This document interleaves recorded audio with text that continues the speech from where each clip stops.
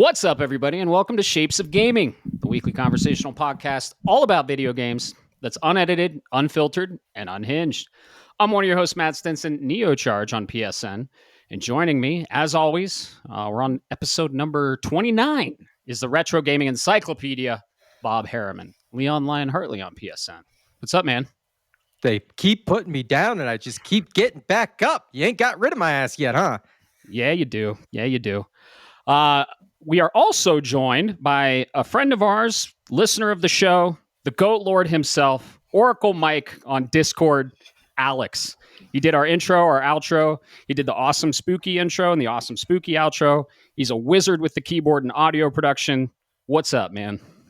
Nothing much. You didn't really have to call me Goat Lord.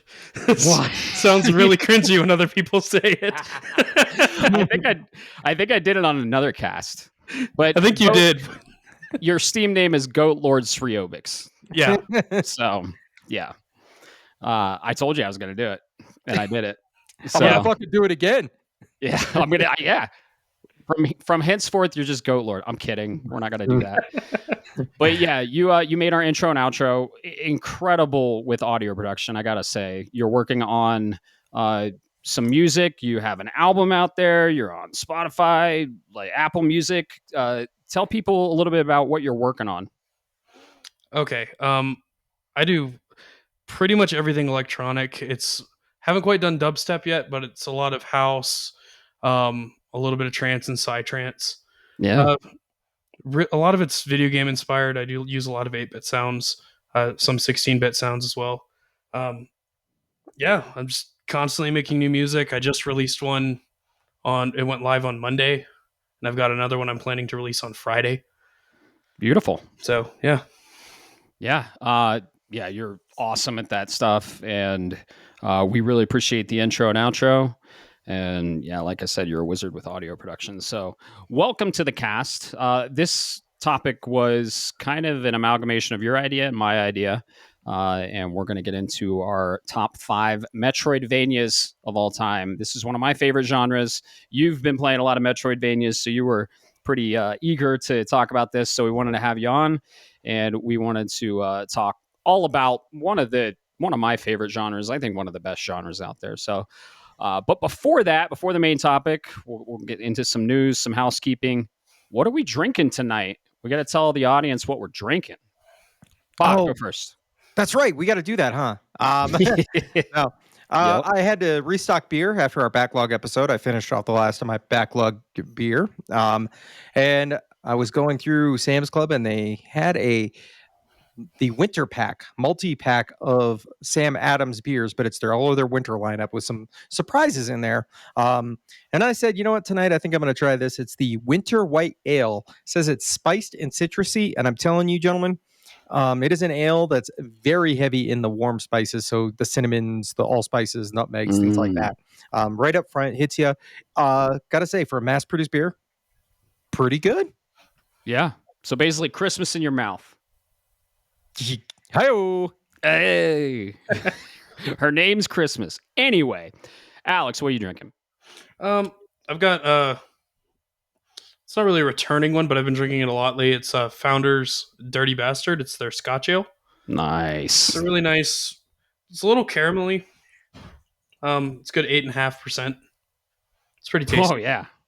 So you're gonna get a little toasty on the cast. I love it. Not a full one. No. Well, that sounds awesome. I've had a variant of that. I think it was like the breakfast stout or whatever. They make the Founder's breakfast stout or something like that. It tastes like fucking pancakes, liquid pancakes with maple syrup. So yeah, that's awesome. I'm just drinking another Oktoberfest from Left Hand, holding it in my right hand this time. But yeah, it's brewed Longmont, Colorado, and Marzen Lager. You know, I have an abundance of Oktoberfest because it's one of my favorite types of beers. So that's what I'm drinking. It's got a nice orange color, and it's very malty, and it tastes like fall. So we're still in fall, so I'm going to keep drinking my Oktoberfest. Yeah. So how's life been for you guys? I mean, why don't you take this way, Alex? Well, I always start this. Let the guest go first for once. There you go. All right. Oh well, life's been good. Just busy with work, my music, getting my card shop back up and running again. It's been a lot, but it's been manageable. I've Cool. been playing more video games again. I took a quite a lengthy break after Silksong, so I'm finally back into everything. So did you 100% it on the PC or did you? I gave up. I gave up on There's that platinum. one achievement left, and I just can't do Oh, it. that's I can't impressive. do it. What is it? What is it? The speed run in under 5 hours. Oh, I okay. can't. I keep Yeah. getting 5 hours, 15 minutes, 5 hours, 12 minutes. I can't do Oh it. my god, that must be so frustrating because you have to It's go terrible. through. Yeah, no spoilers, but you have to go through some pretty intense parts of the level. Very underpowered, right? Oh yeah, yeah. Yeah, dude. There's no time to get any additional crests, no additional items, nothing. You're just raw dogging the whole game. It's rough. I mean, I would not want to raw dog Hollow Knight Silksong. I'd raw dog Hornet, but not Hollow Knight Silksong for sure. That just sounds terrible. Because She's I like mean, 6 inches tall. She's a bug. she is confirmed to be an adult, though. So that's all I need. She's a bug. Rule 34, baby. Anyway, You're right. You're right. The I internet's know. crazy. Dude, there's some art out there of Hornet, and it's interesting. So, Yep. yeah. It's a bottomless pit. Yes, it is. Yes, it is. Matt, for the record, according to our AI overlords, Hornet is 1 foot 7.6 inches. So, okay, that's doable.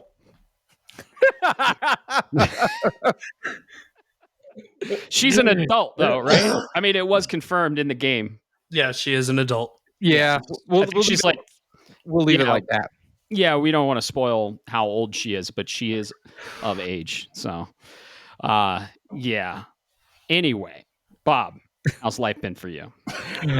Really good, man. It's been a while.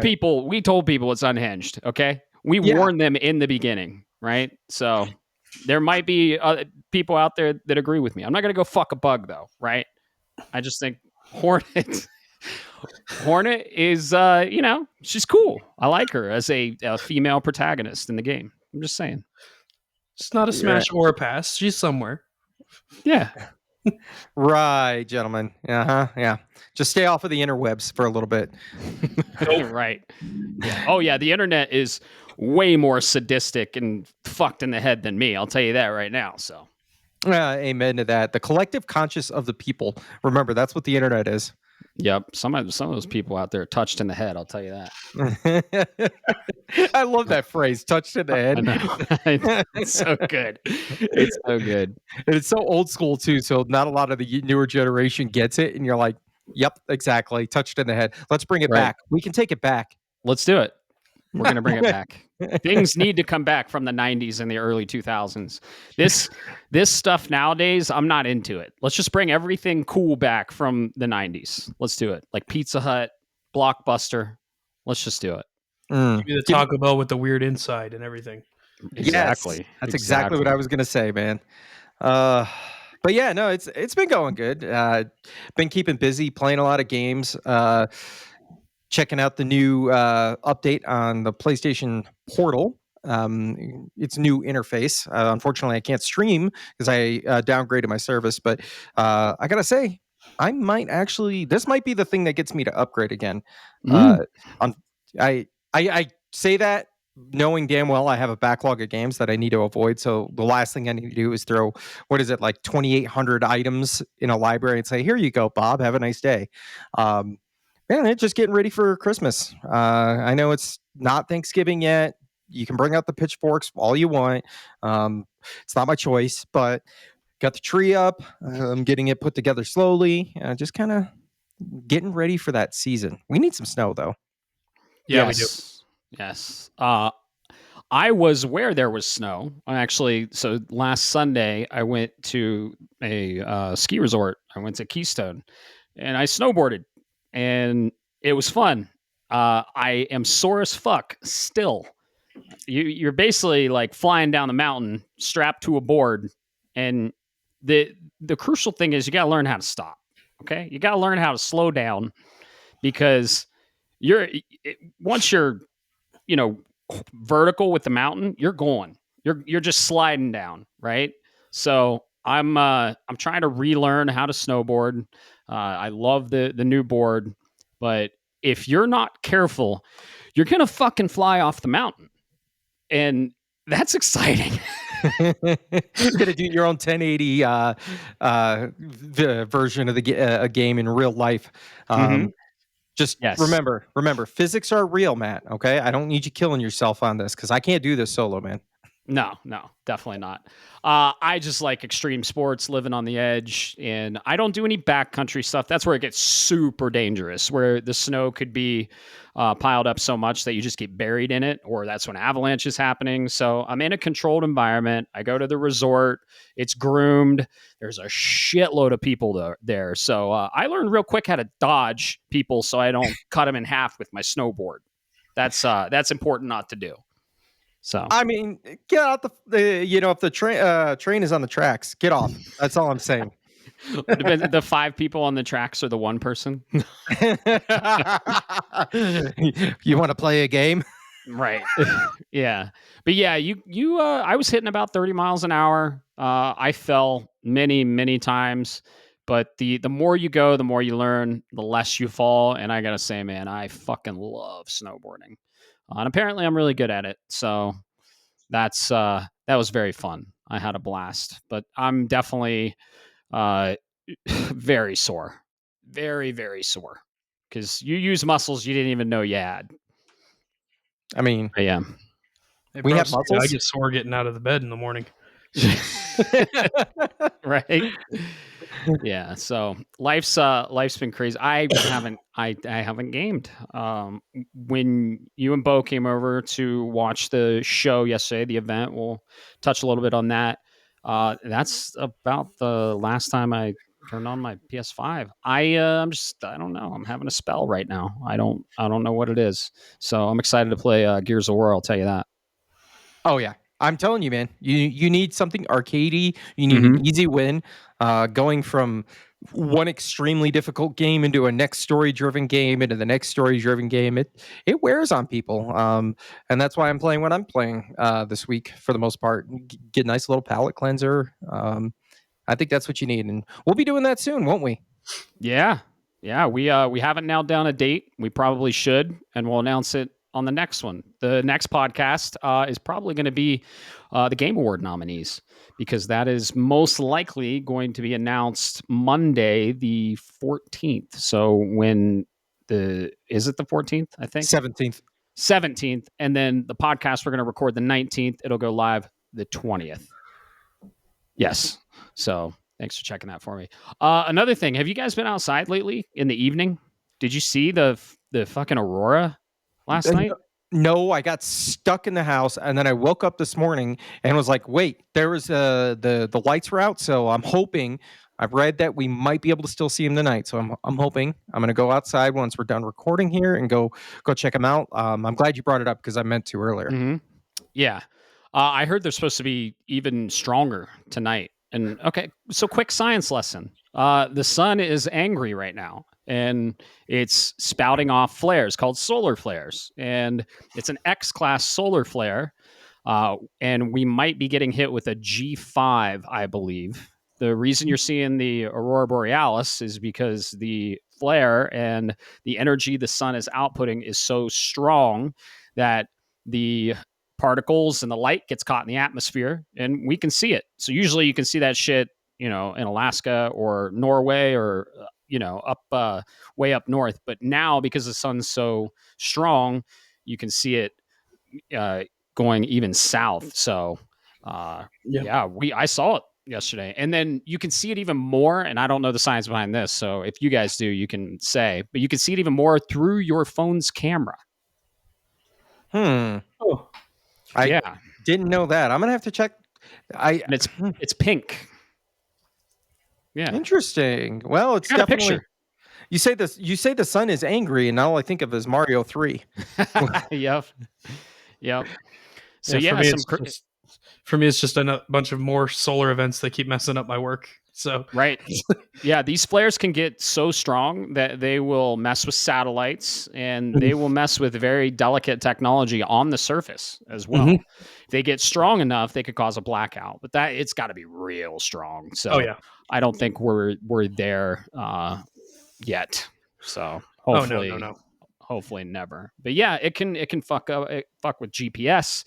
It can fuck with some electronics, but it also you also see a nice little light show in the sky. So the more north you are in the U.S. or in the world, right, the better you can see it. And we're like right on the cusp of not being able to see it and being able to see it. So I apparently in Alaska, like it's super strong and they're white aurora borealises. Like, yeah, I've been seeing pictures. It fascinates me. I love it. Yeah. It's a little scary. A little bit, yeah. It's beautiful though. We're gonna get hit with one of those blackouts, and everybody's gonna scream, "China!" It was China right? With an EMB. God. Yeah. What were you gonna say, Alex? Nothing. I was just saying, yeah, it's beautiful. Scary, but beautiful. Yeah, it is a little scary. Dude, we live in the golden ratio of the solar system where life can happen, and it's like another like 300 miles either away from the sun or towards the sun. We'd either get torched or freeze. It's like, yeah, dude, how the fuck did that happen? So yeah, the sun's huge. It's a star, and it can just torch us like that. So space is scary for sure. So yeah, if you're listening to this last night, it happened. So hopefully you get to go outside, and hopefully you're in the ideal viewing range. There's also a meteor shower tonight, so you could see the aurora borealis with meteor showers. The fuck are we doing recording? We should be outside watching that. Right after this, exactly with the camera, and I'm gonna go see if I can get that pink. Yep. I'll send you some pictures I got yesterday. Anyway, yeah, that's life. Anything else in your guys' life? Nah, man, just video games. Yep. Cool. Honestly, yeah, lately here too. Yeah. Awesome. As you could hear, not see, this podcast is audio only. I've been working with Zencastr to see what the fuck happened to our video podcast and why it hasn't uploaded and published to YouTube. They basically shrugged their shoulders and like, might be too long. And we're like, that's fair. So that was a really long episode. But we're still working out the kinks. We did the test. That worked fine. It was like a 30-minute. It was fine. It published. Everything was good. We were excited. And then the long actual official podcast happened, and that didn't publish. So Zencastr still hasn't figured it out. It's still not published. And until it does, we're not going to fuck with the video until we can get it nailed down and get it, extremely professional for you all. So you're going to just have to deal with our voices now. You can't see our beautiful faces. Someday, the camera couldn't handle the power of our beauty. That's what it was. Right. Yeah. Couldn't handle the power. We did our top 10 backlog games. It was fun. Caleb, Admiral Merps was on the show. We had a blast. So we told you we were going to have more guests, and guess what? We got a guest today. We're going to talk about Metroidvanias. If you're new to the show, you can hop on our Discord. We have a nice little community there. We talk about everything, video games, nerd, culture, pretty much everything. I think I added a snowboarding channel too. We just keep the conversation going. That's what this podcast is all about, talking video games. And, you may disagree or agree, but as long as we keep talking about them, that's why it's fun. We're on Twitch. We stream Twitch. Bob, you might be streaming a new game on Twitch soon, and we are going to be streaming Gears of War Reloaded on Twitch. Maybe this week or next, we're thinking. I don't know, maybe the last week. It's going to be in November. That's what you get right now. And when we have a date nailed down, we'll announce it on the cast or we'll announce it on Discord. So if you're not part of the Discord, please join. And Bob, where can people join the Discord and find our YouTube and find our Instagram and Twitter and Facebook and all the fucking things? and all of the fucking things. I couldn't have said it better myself, man. Well, what you first do is then you open your fucking browser of choice. Hey, no, you just take it up, go to shapesofgaming.com. That'll bring you to our Linktree landing page. It's a redirect where you'll have direct access to all of the feeds that Matt mentioned, Discord, our Twitch, all of the socials, and every other place you can hear. And hopefully in the future, see our beautiful faces as we go ahead and continue to shape the conversation. So once again, just go to shapesofgaming.com. Definitely. Yep. It's all free. Subscribe to the podcast so you get it, as soon as it posts. Subscribe to YouTube so you can see when we post the podcast. We're on YouTube. We're on Google Play Store, Spotify, all of them. So, or don't. Your time is very precious, and we think we're worth your time. But if you don't, that's on you. We don't give a fuck. I'm not your father. Do what you want. Exactly. Time is the most valuable resource you have in this world. So we think we have something really good going here, and we hope you enjoy it. And if you do enjoy it, leave us a review on the podcast app of your choice. That really helps us, and that helps other people find this podcast and helps our community grow. So, yeah, we have a lot of news to get into. We have some pretty... there was some big news this week that we're going to talk about. So, what's first in the news, Bob? Well, before we get into the big stuff, let's say we knock some of that smaller stuff out of the way there, Matt. Warm ourselves up here. Indeed. All right, so I'll be dropping these in the chat for you there, Alex. So the first one we're going to talk about real quick is just the PlayStation does this every now and then, and over at their blog at blog.playstation.com, and they release the October download charts. The way these charts work is it's just the download numbers. It doesn't it's not accounting for revenue, and they break it down a couple of different ways for you. They've got the PlayStation 5. They're still publishing PS4 numbers, by the way, which I think is really interesting. And then they break it down by two different regions, one being US and Canada, and the other one being the EU or our European friends across the pond. We are a American centric and focused podcast, but I'll try to touch these because I think it's important to note that in both the US and in Europe, the top for PlayStation 5 in the month of October was Battlefield 6. Sweet.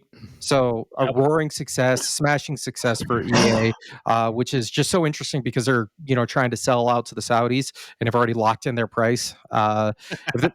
If they'd saved a couple of months, I think they could have gotten a better deal. But what do I know? It was weird timing on their part. Like they had a really good thing going with Battlefield 6 and kind of hitting in the point where Call of Duty has a lot of negative press around it and isn't very impressive and is more of the same. And they kind of caught a little bit of lightning in a bottle. And I don't know why they didn't just see where that went. So, yeah, I think they sold themselves pretty short. I think they did. Well, you know what? If I'd only bought, because I don't know if you've looked into it, in 1990, they opened at 90 cents a share. What are they at now? Have they split? So if it does go through, which it's going to take months because you got to go through the FCC and a few other things. I think I saw it at 210 or 215 a share. Son of a bitch. I know, right? If I only bought that Apple stock before I was born. Nvidia. Oh gosh, yeah. Right. Yep. The stock market started on that one. The stock market is so dicey and it's so risky, but if you get lucky, God, you can make just thousands. Oh well. Or millions of dollars. Yes. But yeah, so Battlefield 6 topped the charts, followed by both in the same region at number 2, Ghost of Yotei. Sweet. Good to hear. So, and this is for October. And when did quick check? Ghost of Yotei did not account for all of the month of October. So wow, just keep that in mind. Ending up number 2 on the charts. We'll see. These numbers tend to fluctuate, especially as the year goes on and the game starts I don't want to say falling out of the zeitgeist, but really that's what it is. But I know you've been playing it. Well, you were playing it, Matt. Mm-hmm. Still playing it. I'm still playing it. I like it. Yeah. I think you'll like it there, Alex. Give it a shot when you finally get a PlayStation. Yeah, I'm working on it. I know. Did you play Tsushima? Yeah, I've played Tsushima. Okay. Yeah. Good. I mean, if you love Tsushima, you'll love Yote. It's great. Let's see. A couple other notable things on this list. We're looking at Dispatch made it into the top 6 for the United States. I've been hearing that's a roaring success. Not, Same. Not my style of game. I don't know. Are either of you guys interested in this? Nope. No. It's just not my style. I think we talked about it on the backlog that I just don't do the adventure, choose your own adventure games. I like my story written, and I like playing the story, even the characters. Like that's kind of why I put down Dragon Quest 3 is because you kind of have to build your characters from the ground up, and they're kind of throwaway. But in Dragon Quest 11, you get these curated, written characters that have their abilities already laid out for you, and they have their classes. That's my style. I don't like creating or writing my games. I like playing them. So that's totally fair, man. Yeah. But that's cool. I love that Dispatch is doing well. I think last time I saw on Open Credits like 86. So love to see them succeeding. There are a lot of Telltale devs in that new developer, and yeah, I've heard really good things about it. So yeah, same here. I guess a couple other things. I mean, the usuals. The NASCAR is in here for the U.S. You've got EAFC Sports Club, things of that nature. One that's caught my attention here, and it's in the top 20. This should be, I believe, number 16. Dying Light: The Beast. Have either of you guys played? Have you guys played either of them? The previous two. Yeah. Did you enjoy it? Yeah, they were all right. They weren't like really for me at least, weren't a like drop everything and go play them. I still hop on them every once in a while because they're fun here and there. But that's kind of about it for me. Yeah, I've been curious about them for sure. It's like Mirror's Edge meets Resident Evil, right? It's a zombie runner. So I've heard really good things about it. I know Dying Light: The Beast is kind of going back to the roots of the series, from what I've heard.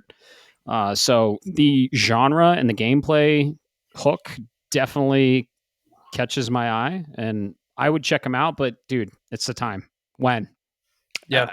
Yeah, and Dying Light's not a quick game, so definitely. But if you ever do get that chance, man, I would recommend at least the first one. The second one is not that good, but the first one was phenomenal. And I hear, like you said, Dying Light: The Beast is going back to the roots of the first one. I believe it is the same main character from the first one as well. I think so.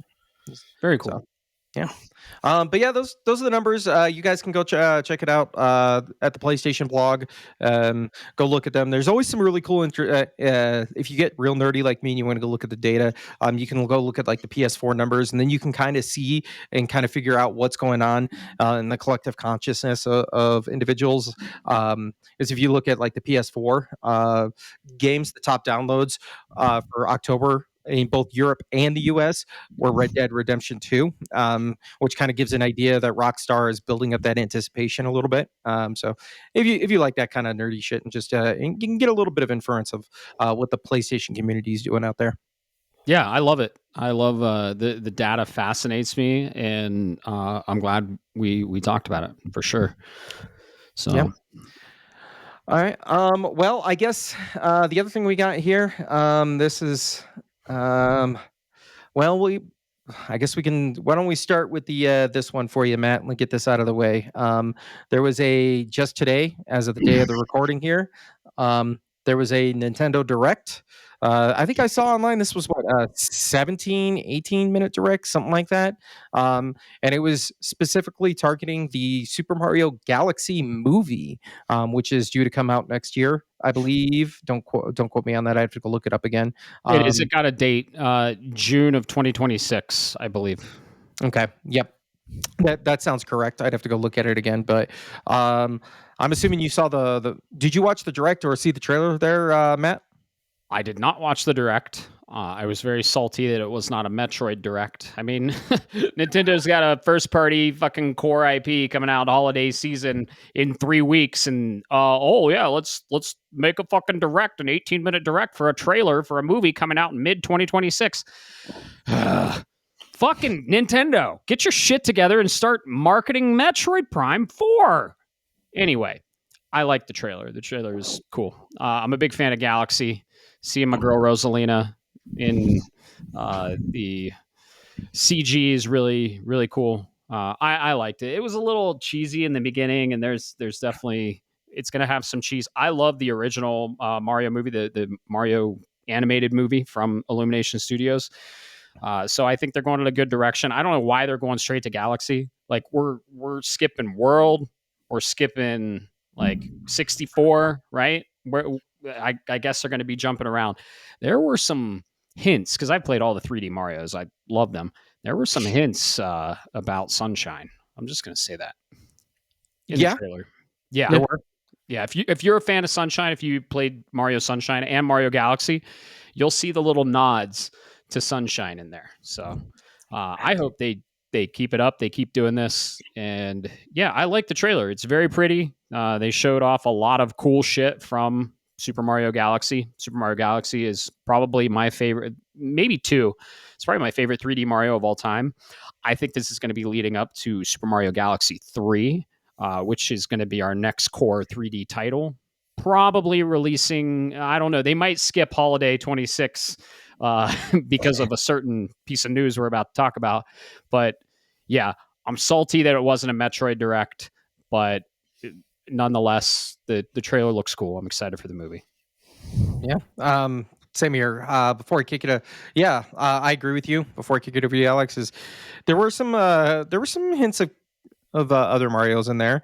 I saw some of the desert scenes that reminded me very much of Wonder. I'm assuming you saw those as well. A little bit of cheese, but it's a family-friendly movie. I agree that Super Mario Brothers movie from Illumination was awesome. I thought it was just a sit down popcorn flick and enjoy it. And I didn't have to worry about getting hit by a chicken like the Minecraft movie. So bonus points, right? Right, definitely. But did you get a chance to watch the Direct, Alex? I don't know anybody that did. I didn't watch the direct. No, Aurora, my wife, for anybody listening, she actually sent me a link to the trailer today while I was at work. Nice. So you definitely saw the Aurora last night, then. Every day of my life. Wait, where is it? But Oh, I got it. Oh, do you? So stupid.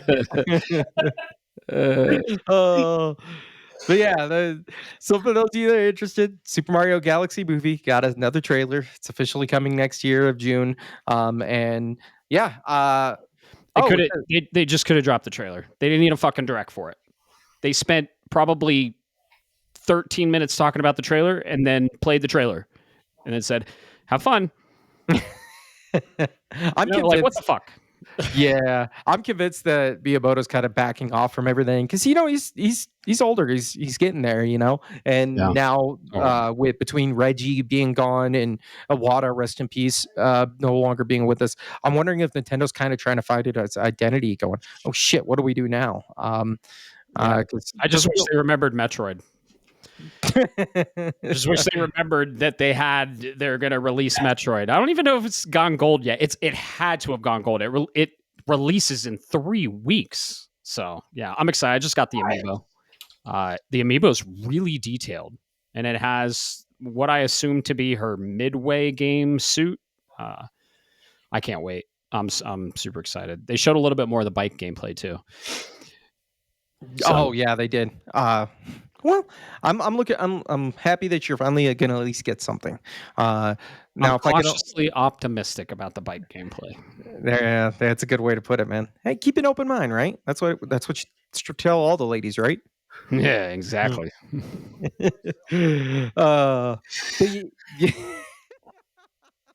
Oh, all right. So before we get into the next, the last two final big pieces, we got one last one here. I'll drop a link so you guys can see the list if you don't remember. But yesterday, so this would be Monday or I'm sorry, not Monday, but Tuesday. We had Japan, or rather Sony, decided to do a Japan-only state of play for PlayStation. They announced a lot of really Japanese games, and I see this, and I don't mean this in a negative connotation. Very animated, very imaginative, not grounded in realism necessarily. Not like you would expect out of a Western developer. It was a lot of Eastern developers and studios. So I guess what did you take away out of this there, Matt? Well, I mean, what do you think here? Did you almost asked? Did you watch it? We watched it together, Right? It's yeah. the beer talking. Right. Yeah. No. You came over. Bo came over. We had a nice little watch party. It was Alex was invited. He had to work. He has a job, but he was invited. And yeah, man, I gotta say. So the thing I was looking forward to, I think Alex, you can agree with me on this, is the big teases for the Final Fantasy 13 remaster. Yeah. Right. So 12 was that was the last mainline title to be remastered. 13 is up. Square Enix keeps fucking teasing Lightning and Final Fantasy 13. The Japanese voice actor for Hope Estime was there. Hope is one of the main characters from Final Fantasy 13. And it came up. It was like, and now we have a word from Square Enix. And I got up and I was like, all right, let's fucking go. Octopath Zero, and I'm like, fuck. Yeah. So I was watching the state of play at work, and I got in trouble because I yelled, "What the fuck!" when it was Octopath. That's awesome. Yeah, I did watch it. My takeaways: there was one thing in there for me, and that is Dragon Quest VII, but they didn't show us a lot of new stuff. And I'm excited for the Game Informer issue coming out soon. I want to read about it, but other than that, not a lot in there for me. So I was there for Final Fantasy 13 and wasn't there. So, but there was a lot of cool shit, just not a lot for me. So my takeaway is it was mid. I see different strokes for different folks. I absolutely enjoyed it, but this is why we don't get too excited when we hear the rumor mills that start spouting around, because you get your hopes up and then you get them crushed and then you get angry and then you say fuck Capcom, they're never releasing Mega Man again. Yeah, I was clutching my original PS3 copy of Final Fantasy 13. I was looking at my girl Lightning. I was like, this is the day. I woke up. I have an alarm set for one of my Sonos speakers that wakes me up in the morning, and it has every single mainline Final Fantasy from 7 to 16, the albums. Guess what theme played waking me up yesterday, that day of the event? Lightning's theme. And I was like, my eyes lit up as soon as I woke up, and I was like, oh, yeah. Ooh, okay. That's my girl. Alex is showing us a Lightning Magic the Gathering card. That's a full art Surge foil. Yep. Hey, look at that. She's my commander in my absolute most favorite Magic deck now. She could be my fucking commander. Yeah. I was really hoping for 13, man. I really was. But Square Enix, they're really good at letting me down these last couple years. So, kind of expected at this point. It's true. You got to be cautiously optimistic with this kind of stuff. You can't hype yourself up. The hyping up is fun though, right? But you gotta be ready for that disappointment, and you can't let it ruin your day or anything like that. And you just got to be like, well, maybe next time. Maybe we'll see it at the Game Awards. Who knows? So Game Awards are right around the corner. It's like 3-4 weeks out or something like that. It's less than a month. Yeah. So yeah, you can hype yourself up. The hype's fun, but ultimately, if you're also aware that it might not happen, don't get disappointed. Don't go on fucking Twitter and start bitching people out. just don't do it. Just go drink a beer and say, maybe next event. Maybe next event we'll see my girl Lightning. I loved 13. It's in my top 5, maybe even top 3. I don't know. Top 5, I'd say. It's my number 1. Nice. Wow. Very cool. Very cool. 13 is my favorite one. I know I'm like in the minority there. Yeah. There's a lot of people that hate 13, but it's whatever.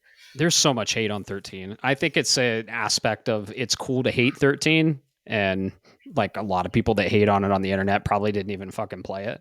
And there's sequels to it that I still haven't played. But yeah, I got it on launch. I got it on a midnight launch at GameStop. Mm-hmm. Still have my original copy. And I played it on 360 and PS3. It ran way better on the PS3. Oh, yeah. And I loved that game. I mean, I think they did a great job. The paradigm system, it was a hybrid turn-based action system and incredible characters. So Snow being voiced by Troy Baker. So yeah, I'm right there with you, Alex. It's not my favorite. Everyone knows my favorite, but it's up there for me. And it's up there usually higher than most other people's in the Final Fantasy echelon. So I can't wait for them to remaster it. I'm going to dive into that day one. So. Oh yeah. Yeah. Ah, man. Maybe there's another list we can do. Our Final Fantasies. Okay. Caleb's got to be on that one. Oh, absolutely. Oh, yeah. Absolutely.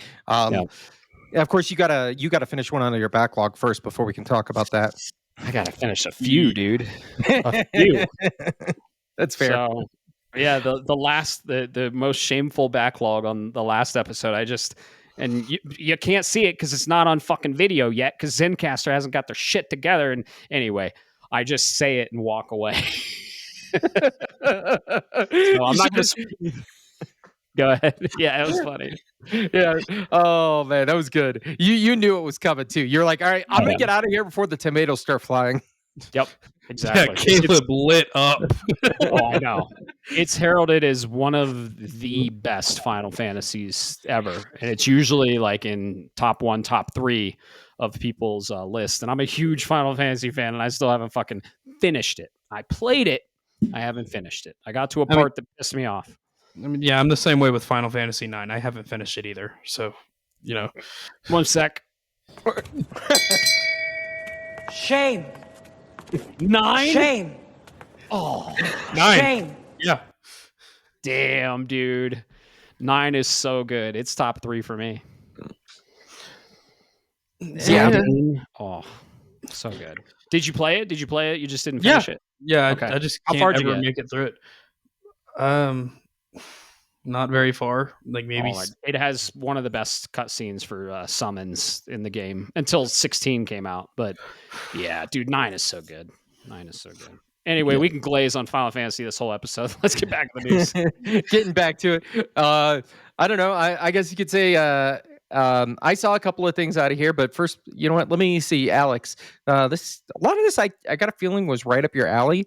So outside of the disappointment of 13, was there anything that caught your eye on this PlayStation State of Play? Yes. So I've been following Nevergrave, The Witch and the Curse, specifically. I've been following that on the Metroidvania subreddit for a hot minute now, seeing dev notes and all of this. It's something that I've been interested in. And now we finally have a freaking release date for it. It's going to be March 5th, 2026. It's, like I said, it's a Metroidvania. It's witch themed. I didn't know it was a Metroidvania. Yeah, it is a Metroidvania. That piques my interest. Yeah, you play as a witch. It looks like it's really, really heavily Nine Souls inspired. We'll see though when the game actually releases. But hey, I'm completely down with that one. I've been following that dev on Reddit for a hot minute now. Yeah. You know what I say? It kind of reminded me of, I don't know if either you gentlemen know this, but it has like some roguelite and upgrade elements that kind of reminded me of Rogue's Legacy, if you've ever played those series. Yeah, okay. It's definitely got my attention. I can. It looks like I love that art style, man. I'm looking at this trailer again, and definitely caught my attention. Yeah, good call out. Just March 5th. That's a bad time to be sending your stuff, though. Yeah, right. Dude, all those dates that came up, just a big eye roll. Like, ugh. We're gonna see a huge influx in a specific time period by this next piece of news we're gonna talk about. Yep. Mhm. So, Absolutely. But yeah, man. How about you, Bob? What were your takeaways? I know you're excited for one of those. Yeah, I'm excited for a few things. Dragon Quest VII Reimagined is where they started it. I found my case. I got to find the game, but I found the case for the DS release of Dragon Quest VII. An amazing RPG. Unfortunately, it comes out in February. Nothing's coming out then, right? Right. And then the other big one, of course. It's early February. So I think it'll be enough time before Requiem, because I think it's the 5th and Requiem is like the 26th or something. Not unless I really dedicate the time. Dragon Quest VII is a meaty ass game. Yeah. But the devs said they shortened it. Let's hope. I really hope so, because some of that does kind of drag on. But it's an amazing game either way. I definitely highly recommend it, especially if you like Dragon Quest XI. Dragon Quest drags on. It definitely can drag on. Dragon. Fucking dad jokes are heavy this episode. Shit. You can drag on these nuts. Right. There it is. Nuts. But yeah. Hey. Oh. Who gave this man that power? I don't know. But once I use it, man, it's like, oh. But yeah, no, that was the big thing outside of obviously my last game in the draft for the year. It's not releasing next to anything at all, but Octopath Traveler 0, for those that might not know, from my understanding out of this, they dropped a new trailer. This is a retelling and a repackaging, if you will, of the mobile game that came out a few years ago, and it was a really good game. Octopath Traveler is that 2D 3D, they call it 2.5 HD, I think is the technical term, from Square Enix. Very pixel art, looks amazing. The combat system reminds me a lot of Golden Sun, I think I heard when we were talking during the stream. So definitely, if you're not planning on playing anything else on December 4th, go ahead and feel free to check it out. God damn it, Bob. Oh, sorry, I got to. But yeah, I mean, Nintendo does, so I don't blame why you do. No. Everybody just line up. Yeah, and then outside of that, we got there was a couple of small things, but you can go check them out, folks. I got mine from Video Games Chronicle here. Marvel Token Fighting Souls got a new trailer, which looks sick. We got Super Robot Wars Y had some stuff. A lot of good Japanese eccentric and style games. So I definitely appreciate it. Maybe we'll get something else at the Game Awards. I got a feeling we're about to. Jeff Keighley is running around at developers saying, okay, what do you got now? What do you got now? What do you got now? Because we just rolling right into the next news item. Segue. See, I do transitional material sometimes, folks. I'll let you guys. I got mine from Game Informer. Everybody on the internet's been talking about this. If you like video games and you like checking social media, there's no way you miss this one. And that's GTA 6 has gotten another delay, this time all the way to November of 2026 from May. So we are more than a year out. Well, when this got announced, we were a year out, little under now, for GTA 6 from Rockstar. Outside of the drama, which we don't have to necessarily talk about with employees and all of that stuff, I'm going to be honest, gentlemen, before I kick it over to you, and I'm going to leave it this way. I'm not surprised. I'm not shocked. When you delay a game again and again and again, and then you look at, and I know it's different developers, but you look at the publisher, especially with Strauss Zelnick being in charge over there at 2K, about great game. You can't have good games anymore. 2K's released two, quite frankly, middle of the ground technical games this year in Civilization 7 and Borderlands 4. I know different developers, folks. Put your pitchforks down, but the publisher has to produce this and put it out there for the world. So I'm not surprised. I think GTA 6 is not necessarily in trouble, but I definitely don't think it's uh, playable and ready or content ready as I've been seeing online. What say you there, Matt? Well, I haven't been interested in GTA 6 at all. This delay didn't surprise me one bit. Delays for video games are, they're never bad. It's usually for a delayed game is eventually good, but a released bad game is forever bad, right? So I never am mad about delays, but dude, this game has been delayed so much. I think developers are getting a little gun shy with releasing their game because there's so much out there and there's so much competition that it's such high risk now. Like your game has to be great in like the top 5% because you're competing with so much that requires time and energy. I mean, dude, these video games compete with TikTok, right? It's time, it's your time. The gamer is either on TikTok or they're on your video game, right? So time is the most valuable currency that these developers are chasing, and they have to have a phenomenal game. It might not even be able to be great or good. It has to be phenomenal. And they've hyped it up so much that they're kind of becoming victims of their own success, right? They are hyping it up so much that they're like, oh, we don't think it's good enough yet. We don't think it's good enough yet. So I think they're trying to polish it as much as possible. And I think this game is probably going to be a 3-figure price game, honestly. Like they're gonna hit us with it. And I gotta say, I'm not interested at all. I don't care. So I won't buy it. I know it's gonna be a huge game. And I really hope they are taking this time to truly polish it and like release just an incredible, groundbreaking, like era defining product. I would love to see that. And I would love to see this game shatter records, right? But now they're competing potentially with the next 3D Mario, because the next 3D Mario, if it comes out holiday 26, it's going to be 8 years from the release of Odyssey. And usually it's about 6 to 7 years between 3D Marios. So we're already there. So I think the only thing that can compete with Grand Theft Auto would be a new 3D Mario. So it'll be interesting to see what happens. But I'm not mad at the delay, partly because I'm never mad at video game delays, and also partly because I don't give a fuck. I mean, that's fair. You're absolutely right. This is not on my list. It's interesting, the 3D Mario thing.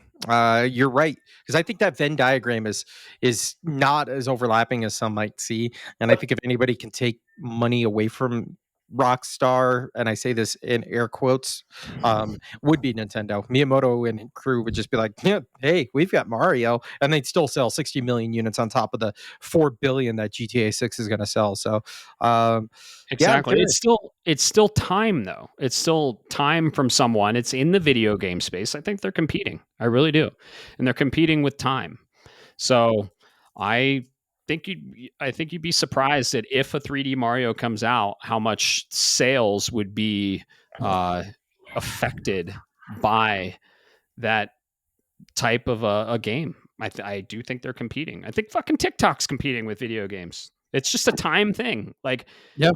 everyone is coming for our attention, our time, and that's what they're asking for. All these games are just kind of live service. They want you constantly on them. That's what makes them money. Hey-o. So, yeah, they want you on Genshin Impact, fucking shit up, buying them loot boxes. Don't you threaten me with a good time. But yeah, I guess Alex, you're a little bit younger than us. So your journey in GTA, because I started with the 2D top downs way back in the day.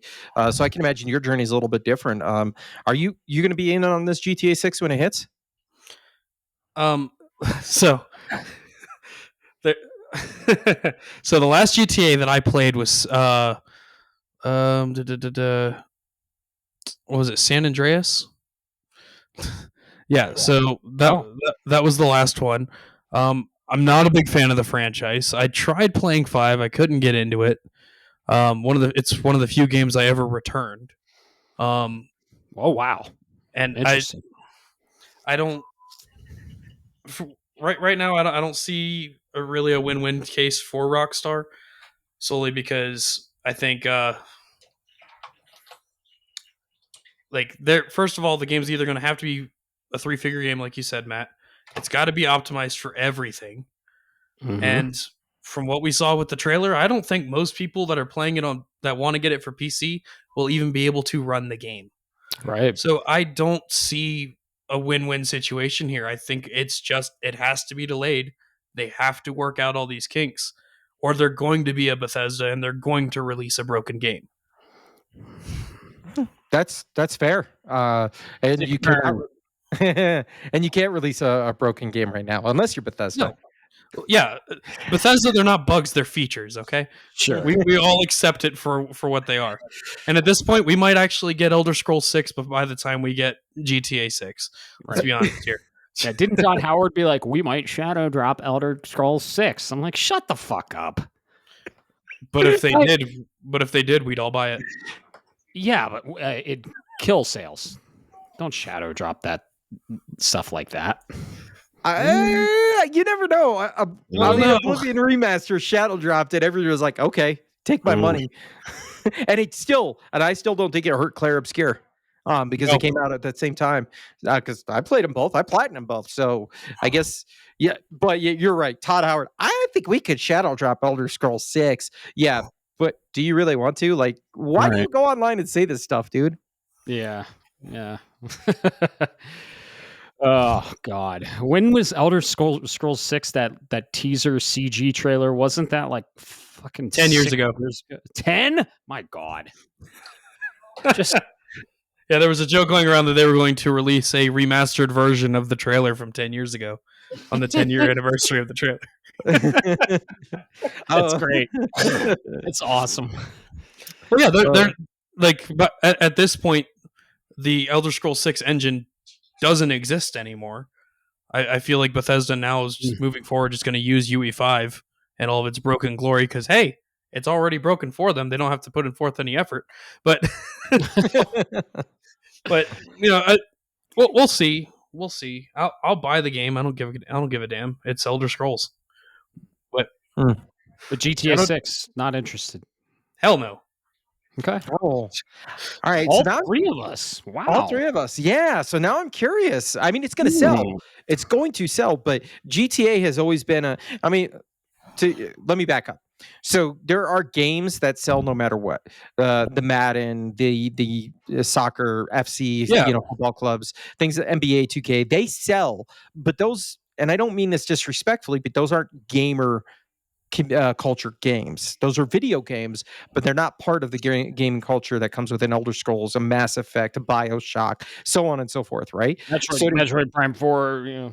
Yeah, I know. Poor Matt. But GTA was always in there. There was always in that conversation. So I'm curious. You know what? Maybe I need it. If you got the Discord, or leave us a comment in this, because I'm curious as a survey is, will you be getting GTA 6 on launch? I know it's a small data set, but now I'm really curious to see how this looks out. I think we can make a poll. Let's look into that. You can do a poll on Discords. Yeah. Hey, all right. We're gonna make a poll. Are you getting GTA 6? Yes or no, or undecided maybe. So, ooh, yeah. Somebody. Good call out, man. Yeah. And it's funny. You mentioned we could get Elder Scrolls 6 before GTA 6. Transitional material, folks. There was conversation that bubbled up moving on to our next project. Conversations that started. I saw this late last week, but actually it was early last week, but I didn't want to say anything because I don't want to get people's hopes up. There was communication and rumors about Valve talking about something coming out here in the near future. So of course, naturally, people started speculating wildly, going off the rails. And then as of today, out of the middle of nowhere, I did not expect anything. I expected a press release or something. No, nothing. Just Valve said, "Hey, guess what? Here's a YouTube video, and we are going to join the console war." And not only are we joining the console war, we're coming in full bore here.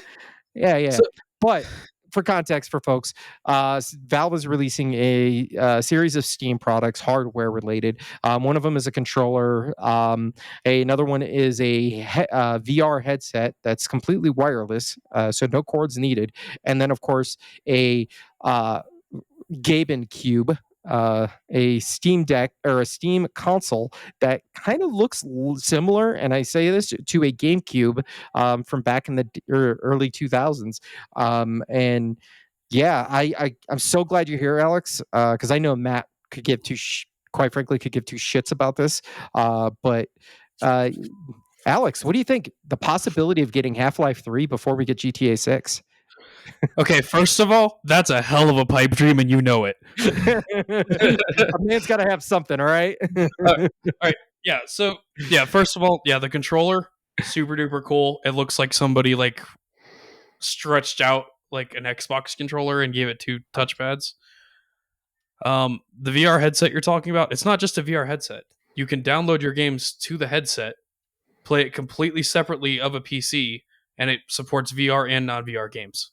And you can also use a regular controller as well. Yeah, good point. I forgot about that. Good call out. Yeah. Yep. And then the Steam Machine. This is the second iteration of the Steam Machine, in case anybody didn't know.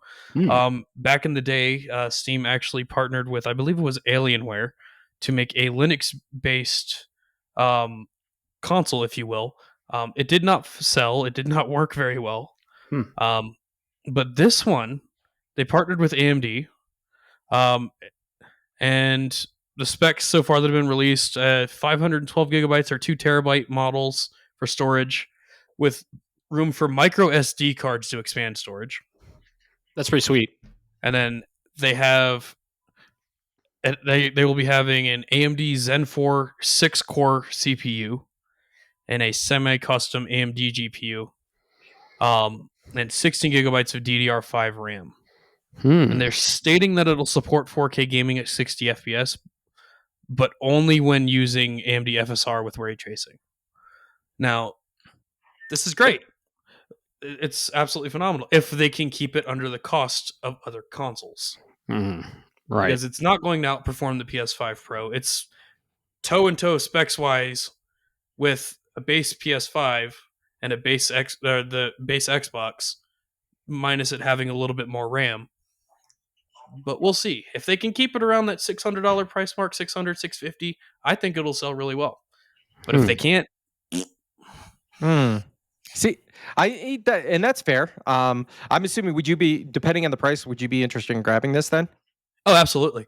Absolutely. Because that means I can, instead of lugging my PC around everywhere, if I want to go downstairs, like if I'm downstairs in bed and the wife's sleeping, I can hop on my little essentially PC console and play all my PC games. But why not get a Steam Deck at that point? So here's where the massive difference is. The Steam Deck actually only has about 3 hours of battery life. It's not very well optimized for a lot of game titles. And you can play it plugged in. Your GameCube will be plugged in. Well, yeah. And the Steam Deck's a little pricey. I'm still not entirely sold on handheld consoles aside from the Switch, the regular Switch, the OG Switch. Nobody's quite got it right yet. Maybe if they do a Steam Deck 2, they might get it right, but we'll see. I see. Yeah, I could see that. That's a legitimate question, Matt. The Valve claims this is quote unquote, and I'm quoting them, 6 times more powerful than a Steam Deck.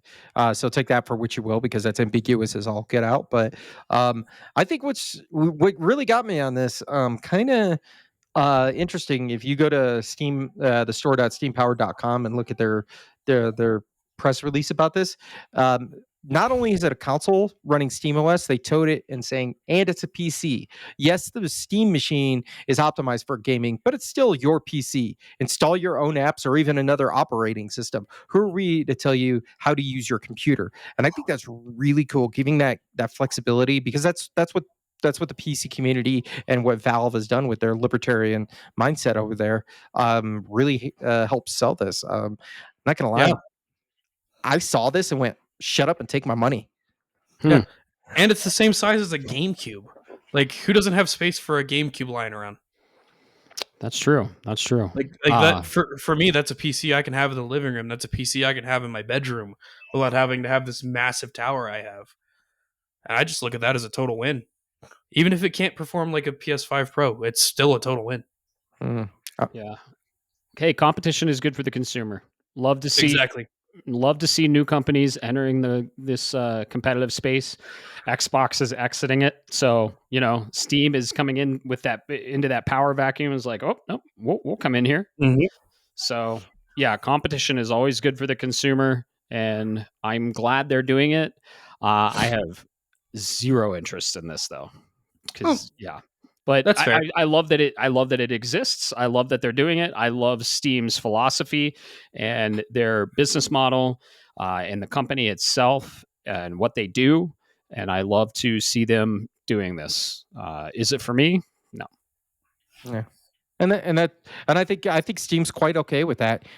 They're ready to. I mean, if you think about it, just think about the big brain move here. My Xbox is slowly moving away from the hardware space. I know they said they got another generation in them, but they're slowly good. It's going to be a very you're a Microsoft Xbox rather fanboy, and you're going to spend $1,000 on a piece of equipment and be like it's a talking piece. And I'm never going to dog anybody that's on there. All right, but this easily take that marketplace. Take those games. It says, who are we to tell you what to do with your PC? Guess what? You can then go ahead and find a way to sideload some Windows into it, or something that allows you to hit the Microsoft Store page, and then you've got the best of both worlds on a piece of platform that probably, if I have to guess, is going to come in around the price of a PlayStation 5 or a PlayStation 5 Pro, as is today. I think they have to hit under the PS5 base model digital, so I think they have to hit 400 or 500. Yeah, that puts it at a sweet spot between the PlayStation, between the Switch 2 and the PlayStation 5, and you get these different storefronts that are loaded in there with customizability. And if you look at the interfaces, it's sleek. It's a very sleek thing, unlike this big. I don't want to be mean, but lady parts of a PS5 that we have sitting on our stands. I don't know about you, but I like lady parts, and I think it's sexy. Yeah, maybe if you get drunk enough, but no, God, I am not implying I want to fuck my PS5, Bob. You said lady parts, and I was like, yeah, I find lady parts sexy, and I think the PS5 is very sexy. I actually like the base digital PS5. Put some of those black plates on them. Mm-hmm. Yeah. I'm an industrial kind of guy. I love the PlayStation 2, and it is a great example of that, right? Give me the PlayStation 4, that PS4 Pro, beautiful. And then we went to this modern art disaster that is PS5. Wayne Tower. To be clear, the PS4, the original PS4 base model, is my favorite console design of all time. The brick. Fucking awesome. I saw that thing and I was like, holy shit. And I still have one. I love it. That's my most up-to-date console I have. Nice. Oh, so yeah, definitely. For folks that are out there, I mean, let us know in the community. Are you interested in this? Because this has the potential to do a shakeup in the industry. I'm not talking about bringing down PlayStation and Nintendo, but we're talking about taking a sizable market and growing the PC community and making. Maybe we got our third contender here. I don't know. Yeah. Speculation. Can I play Wolverine? Eventually. Aw. Yeah. But can it play Metroid Prime 4 when it finally releases? Right, exactly. So, no. And eventually you'll be able to play Wolverine on your GameCube, but you'll probably never ever be able to play Metroid Prime 4 on it. So we'll see. And then there's rumors they've been data mining and they found an icon in the next PS5 update that alludes to cross buy. So buying your game on PlayStation 5, and Sony getting that cut, and then you're able to play it on PC. So that's a rumor, but that could shake up the market as well. And that means PlayStation would have to have the Steam shop on, and they wouldn't have to, get that. They could still get that cut of the purchase because, dude, if Steam goes on Xbox, Steam still gets that cut because it's their fucking marketplace. Yep. So it's basically just living on your Xbox, but Steam gets the cut. Yeah, well, bold strategy, Cotton. We'll see how it works out for you. But yeah, I'm excited that they're in the game space now. So, and I fucking love the name Gabe Cube. It's fucking great. The second that got released, people were like, "Oh, it's the Gabe Cube." I was like, "Yep, I can't unsee that now." Right. Yeah, and it's crazy because the back of it, the fan or the exhaust. Sorry, where the exhaust fan is on the back of it looks like the top of the Xbox, but it's the size of a GameCube. Yeah. I don't know if you guys saw.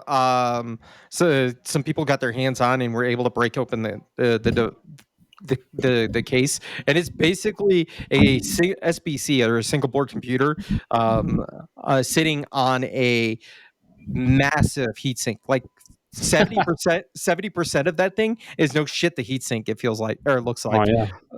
Yeah. So that's interesting. But yeah, welcome to the community, Valve. I look forward to you announcing a price, and they say spring of 2026. Hey, you know what? Maybe I can use my Best Buy card and say maybe this is the exit ramp for Nintendo. Yep. Happy to have you aboard. Welcome to the party. But yeah, that's all we got in the news this week. I guess we can talk about if you'd like, we can talk about what we're playing. I know, Matt, you said you haven't really been playing anything, so we don't have to dive into this unless you've got anything else you want to say about Ghost. Ghost is an amazing game. I don't know if it's the game. I don't know if it's because I have been going from, very narrative driven, story, hard gameplay, but yeah, it's not catching me. And I don't know if it's the game or where I'm at in my life or my lifestyle. I don't know. Because, I've been trying to get back in shape. I have other hobbies like snowboarding and stuff like that. So it is taking more of my time. I'm not going to blame Ghost. Everything I've played on Ghost is awesome. I might actually play a little bit of Ghost, see if it hooks me back tonight, and we'll see. So I think it's a great game. I just I haven't played it for like a week and a half. Oh shit! Oh man, yeah. You'll find out. You never know. And then maybe come back to. If not, you can come back to something smaller, or whenever you're ready, we'll be here. You were talking like, hey, like get an arcadey, like super fun pick up and play. I might revisit, or I might visit Shinobi. I fucking own it. Shinobi Art of Vengeance. It came out. I think it was one of the September games or October. I don't know. It came out a few months ago. Played the demo on Switch, loved it. So I might pick that up. And then I am pretty excited to play Gears of War Reloaded. I'm not going to lie. That's a very arcadey stop and pop shooter. And I get to play it with you. And we get to stream it. So I'm actually looking forward to that. So I think that might rope me back in, I think. But yeah, I just, I don't know. I've been spending my time elsewhere, I guess. So ain't nothing wrong with that, man. Video game community ain't going anywhere. You're just gonna have a bigger backlog. Yep. I know. All right. Well, in that case, I got a couple of things to talk about. Alex, what have you been? You said you've been getting back into games a lot more after Silksong. So, what's on the current journey this week? Well, after Silksong completely broke me and realized that I am just a mere mortal in this realm that Team Cherry inhabits, I picked up a couple of games. I've been playing. It's a like an exfil shooter. It's Arena Breakout Infinite. I've been playing that with my buddy Mark quite a bit. I picked up a new anime-based MMO called Blue Protocol Star Resonance that recently dropped just last month on Steam. Um, it's been a lot of fun. It's free to play. It's legit. I've played a Okay. little bit of Stellar Blade 2. Oh, You played Stellar hold Blade? on. Wait, Just a time little out. bit. Just a That little caught bit. my attention. Okay, hold on. You picked up Stellar Blade. Finally, how far'd you get? I'm like 7, maybe 8 hours in. Oh, okay. So you're a good chunk then, dude. That Yeah. starting area music though, did it catch you? Oh yeah, dude, the soundtrack in that game's amazing. Oh, I know. Let's hear your thoughts, man. I'm excited for this. What are your thoughts on Stellar Blade? Um, And well, why do you love Eve so much? well, I love Eve so much because I'm a lowly simp. We all are, sir. Stellar Blade's been fun. The graphics, they're phenomenal. I'm struggling a little bit with my PC to keep the ray tracing going, just because things start getting a little hot. Yeah, they are. But yeah. Talking about the PC, not the game. The game too, but not the point here. They said the soundtrack's amazing. Um, I was really worried that the game would feel clunky, and it really doesn't. Like I'm always worried about that with any like anime inspired video game ever. They all tend to feel clunky. This one doesn't though. Question: the specs you're hitting, because on PS5 on the Pro mode, it hits just a beautiful upscaled 4K, solid, pretty much lock 60. So what specs are you hitting on your PC? So I'm at 4K 210 frames per second, typically speaking, somewhere around 200. All right. But Oh, look at the big boy in the room here. but it's causing this lovely little box of angry rocks with electricity to get insanely hot. So why not cap it at 60, bro? No, Oh my god. Hey, how about 120? Dude, I paid for the refresh rate. I'm gonna use the whole damn refresh rate. oh my god. But no, the game's been great so far. I don't want to talk too much on it just because I don't want to spoil anything for anybody. Right.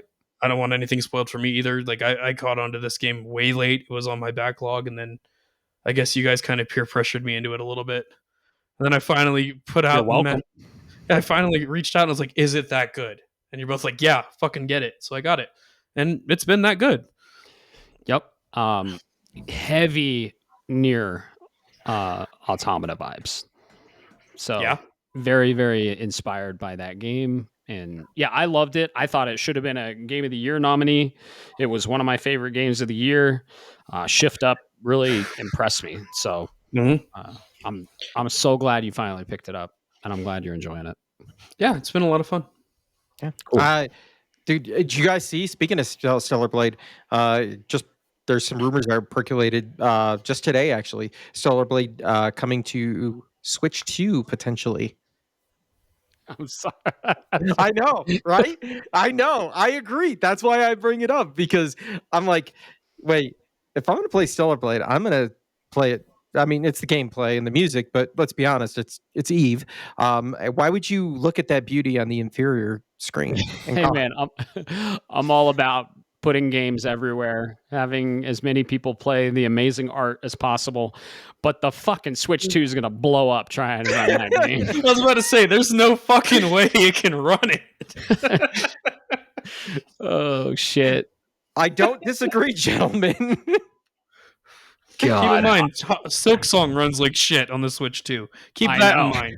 Like, it's gonna be another KCD the Switch 1 moment. oh my god! I did not hear that. And yeah, no, put it everywhere as long as it's playable. But hey, it's your choice if you want to play the optimal version, right? At 210 frames a second. Hey. I don't know. I can't really see past anything of 120. Maybe I'm just getting old, or maybe that's the fucking frame rate of your eye. Who knows? Your eyes refresh rate. Your eye cannot actually see anything, passively see anything past 60. You can perceive things up to 120. Okay. So why do you have it at 210 frames a second? Bob is cracking the fuck up, muted as soon as I said that. What is the point of having it over 60? No, I can see the difference between 60 and 120. I can certainly see the difference between 30 and 60. But I don't think anything over 120, unless you're slowing it down, you can see. No, you can't. What's the point of having it over 120 then? Why would you lock it at 120? There isn't one. There's no reason to lock it. So you can have a fucking heater in your room? Hey, it's Colorado. It gets cold, okay? Oh boy. There is legitimately no reason. Like there isn't. Like if you're playing anything that isn't a competitive title, there's no reason to have anything above 120, even honestly above 60 frames per second. Hey, you heard it here from the PC guy himself. I've been saying this for years. You heard it right there. Yeah, that's the hard truth. Like, yeah, okay. I play League at 400 frames per second. Does it matter? No, I'm still shit at League. Like, it doesn't make you a better gamer. Get it out of your heads, people. Right. Like, yeah. Huh. Okay. Well, yeah. So Stellar Blade. Yeah. I mean, dude, I loved it, and I can't wait to talk more about it. And you said about 10 hours in, so you hit the city, and it slows down there for a bit, and depending on if you're going for 100% in the game, I wouldn't recommend lingering in a certain area for too long, because it kind of got stale for me there. And then after that part, it's just like a fucking roller coaster of amazingness, right? Okay. So that's a pro tip playing Stellar Blade. When you get to a specific area, and I can tell you, once you get there, I don't want to spoil it for you or our listeners, but once you get there, I'll be like, don't linger here too much, because it's more of the same, and it's meant for coming back end game. So okay, yeah, okay, gotcha. Yep. Yeah, that's a game that I'm really ashamed that I took so long to get to, because like it's definitely a me game. Mm-hmm. Like it's hot anime women. That's kind of my whole thing. They're all over my room and my PC. You can't see them, but they're all up there right now on the top of my desk. Like that's my whole thing, and it took me forever to get to the game, and I have no excuses. We were wondering. That's why we heavily recommended it for you, and yeah, we're so happy you finally picked it up. So that's great to hear. Yeah, it took Silksong breaking me. Silksong broke me at a specific. I don't think it broke me. It hurt me. It definitely hurt me at a specific level where I was like, I don't know why this exists, and I don't want to do it. But it didn't break me, and I didn't let it break me, because it could have broke me. And I warned you. I was like, Alex, don't like get obsessed with Silksong. It's gonna fuck you up. Hey, listen, I'm this close to fully 100%ing that game, but it's very impressive. Yeah, it's just that last achievement. I don't have the time sink in it to memorize paths like that, like everybody else does. And there's guys beating this game in under an hour now, in case you guys didn't know. I think the current world record is like 58 minutes or something like that, at last I checked. Yeah, but power to them. But yeah, I'm impressed with the skill. I want to spend my time other places. There's other games to play. So yeah, I want to enjoy a game. I don't want to. Well, exactly. There's only one game I speedrun, but we'll get to that later. Nice. Yeah. Cool. Right.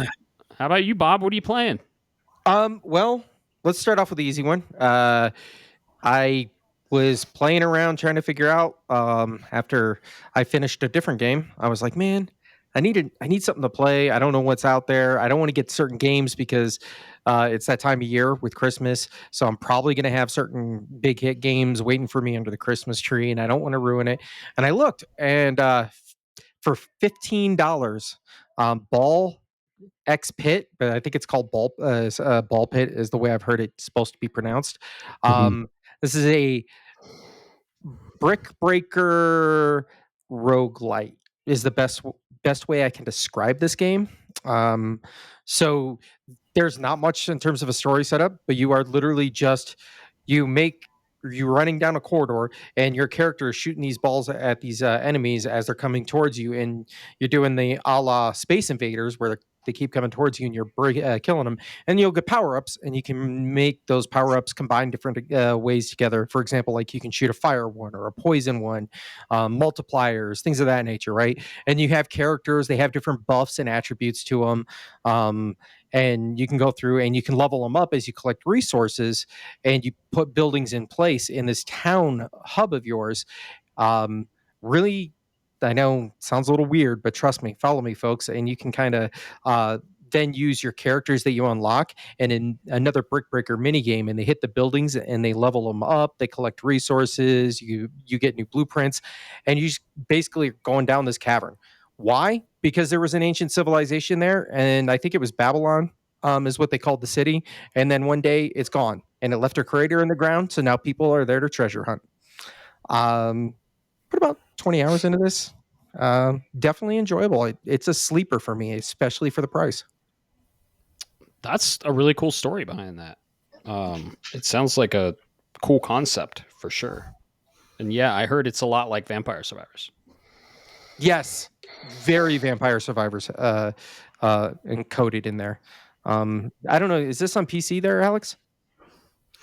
I don't know. I hadn't even heard of it. Probably. Let me check. I'll see if it's on Steam. Just give me just a second. Yeah. Yeah, it's on Steam. Cool. Yeah. No, I think it was a multi-platform release. So this was announced Summer Game Fest, I believe. I think it was, and when I heard about it, something spoke in my mind. I was like, "Oh, I forgot," because we saw it then, and then you know who the publisher is, and this is what I remembered. Yeah, isn't it one of like the really great old publishers, like the developer, but publisher's Devolver, but the developer is he made like did he make Escape from Monkey Island or something like that? Oh yeah. He was part of that crew. Yeah, Kenny's son. Yep. Yeah, it's definitely this was the kind of game I was telling you about when I said you need to get away from the story stuff and palate cleanse. This is a perfect palate cleanser, and it's an amazing PS Portal game. This game would suck me in and rule my life.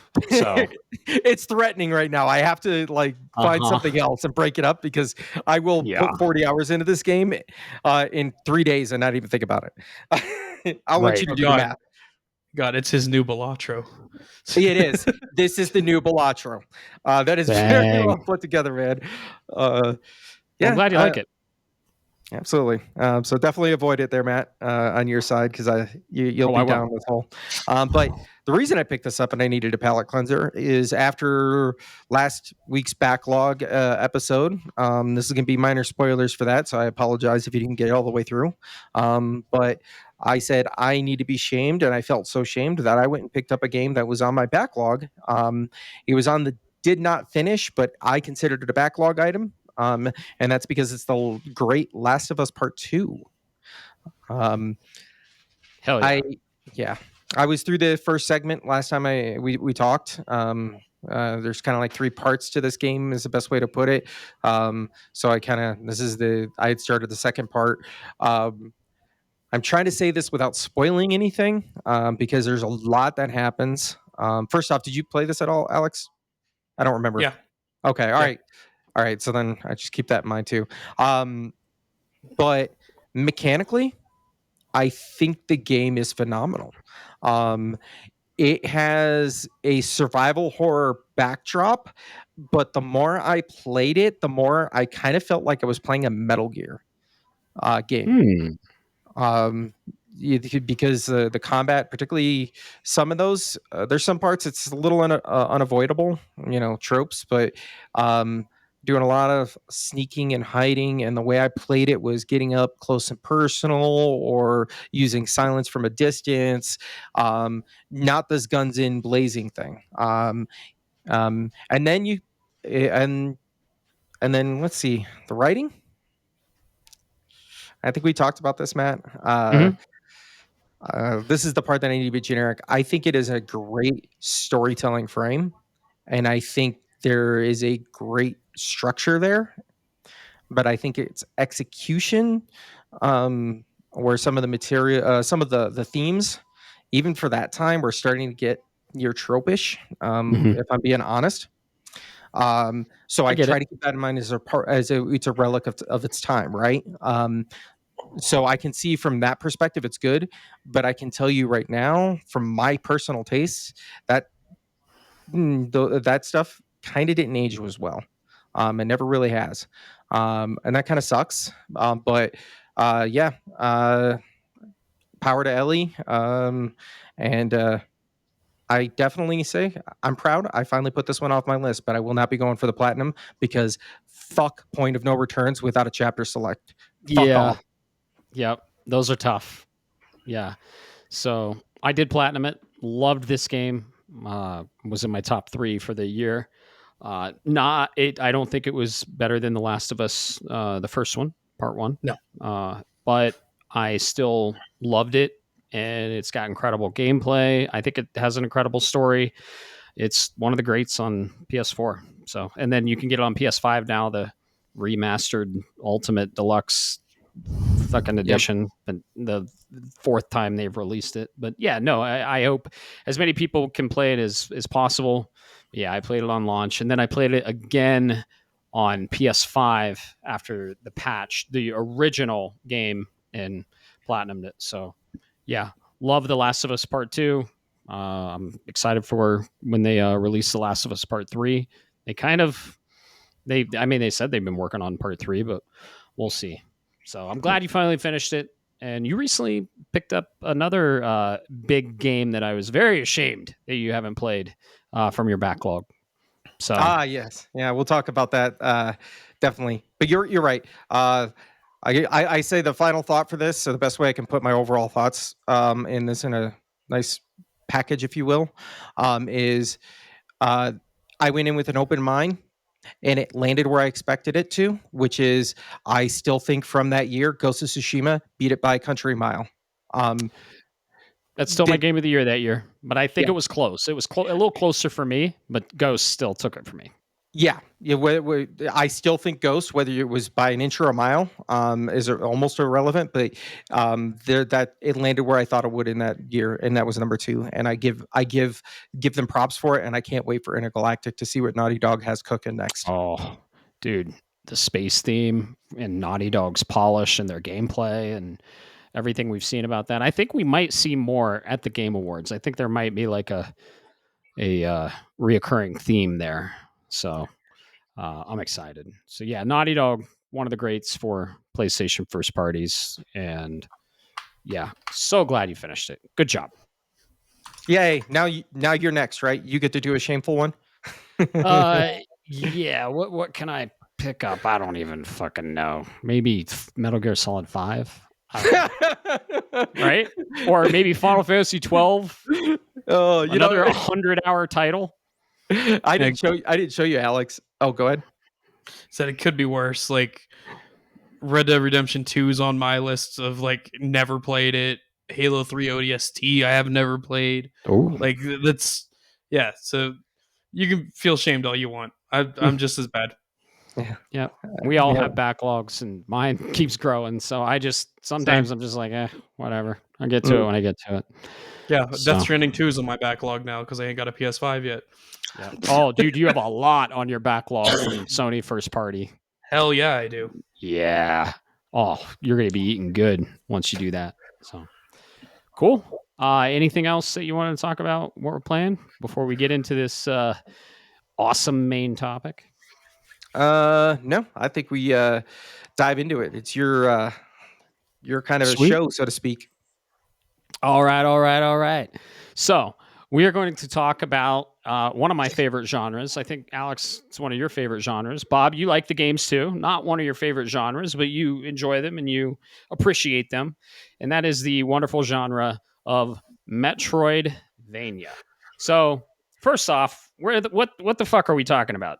And what is a Metroidvania? Where did it come from? Right? So it's a mashup of 2 game types, one Metroid, shocker, and one Castlevania. right?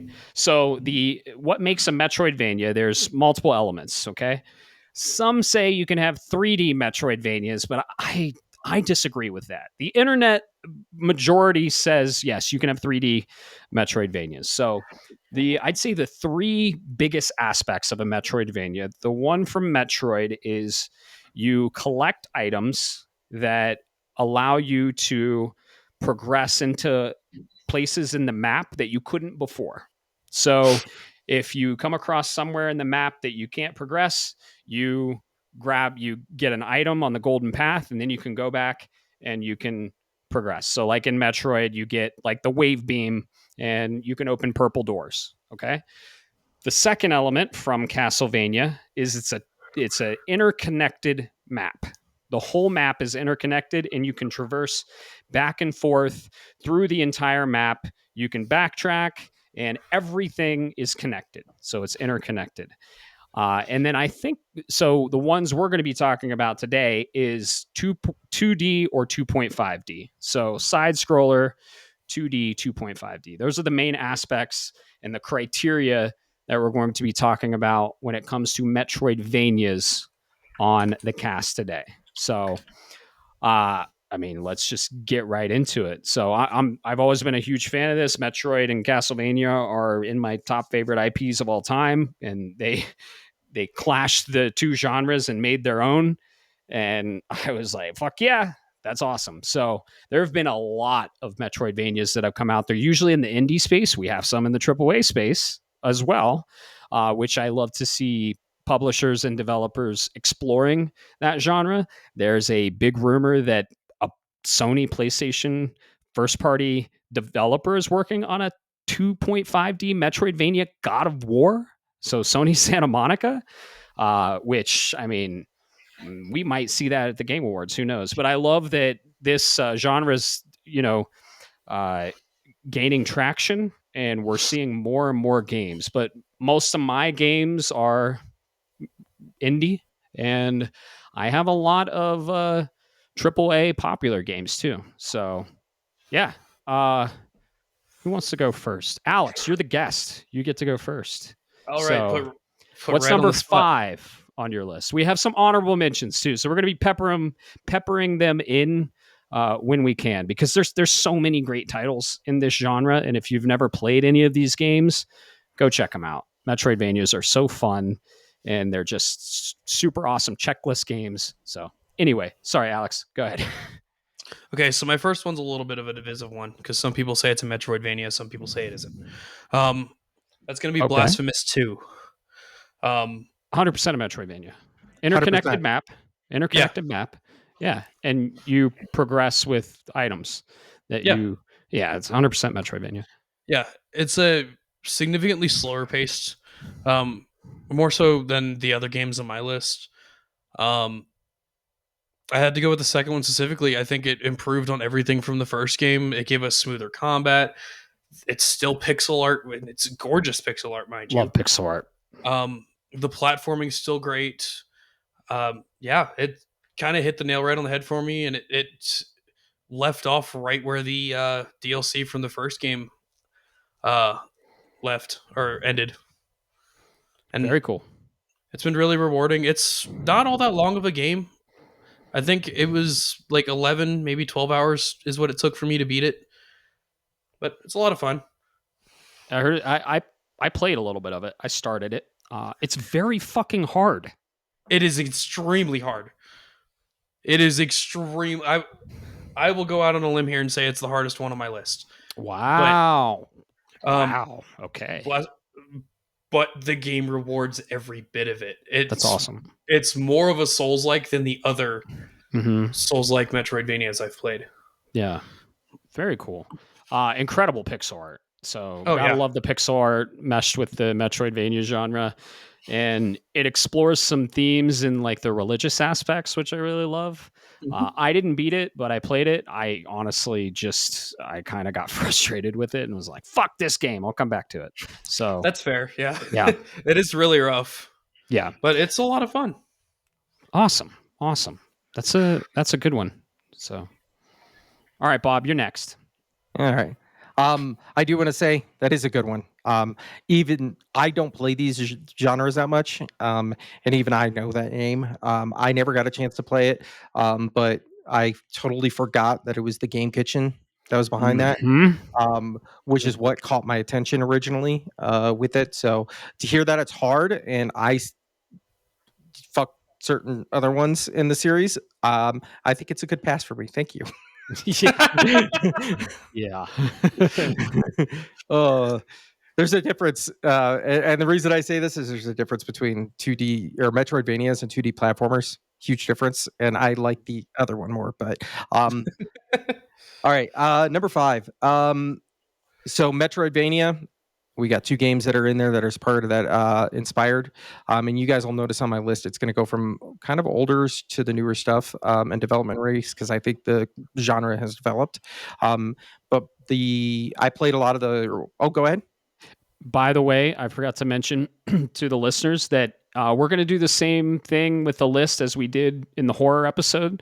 So if someone has duplicates on their list, whoever has it highest on their list will actually talk about it. But we don't know each other's lists. We kind of like being excited, and we like giving our raw reactions for you guys, the listeners. So yeah, I just wanted to add that because if this title is like maybe higher on my list or higher on Alex's list, we'll be like, oh yeah, let's save it for Alex, and then you talk about an honorable mention or something. All right. Yeah. Let's go with that. Okay. Well, so Metroid is in there. Sadly, Matt, we limited to one per IP. Yes. And I had to choose Metroid because I played a lot of the originals. I think personally I like the Prime series more. So that doesn't take away from my first one that I really fell in love with, absolutely fell in love with, and that's actually Metroid Fusion. Hell yeah. That's awesome. Metroid 4. Beautiful. Incredible game. Yeah, it is an amazing game. It came out on the Game Boy Advance at a time where I didn't have the ability to play a lot of console games. I was on I was doing a lot of stuff in the summertime with the friends. So I was playing Battle Network, and Metroid game happened to come across my table, and I gave it a shot. And I love the art style. I love the music.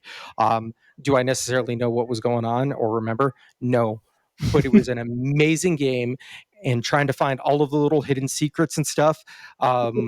It was awesome. I definitely recommend it. I just don't know if that came to the NSO, because if not, good luck getting a copy.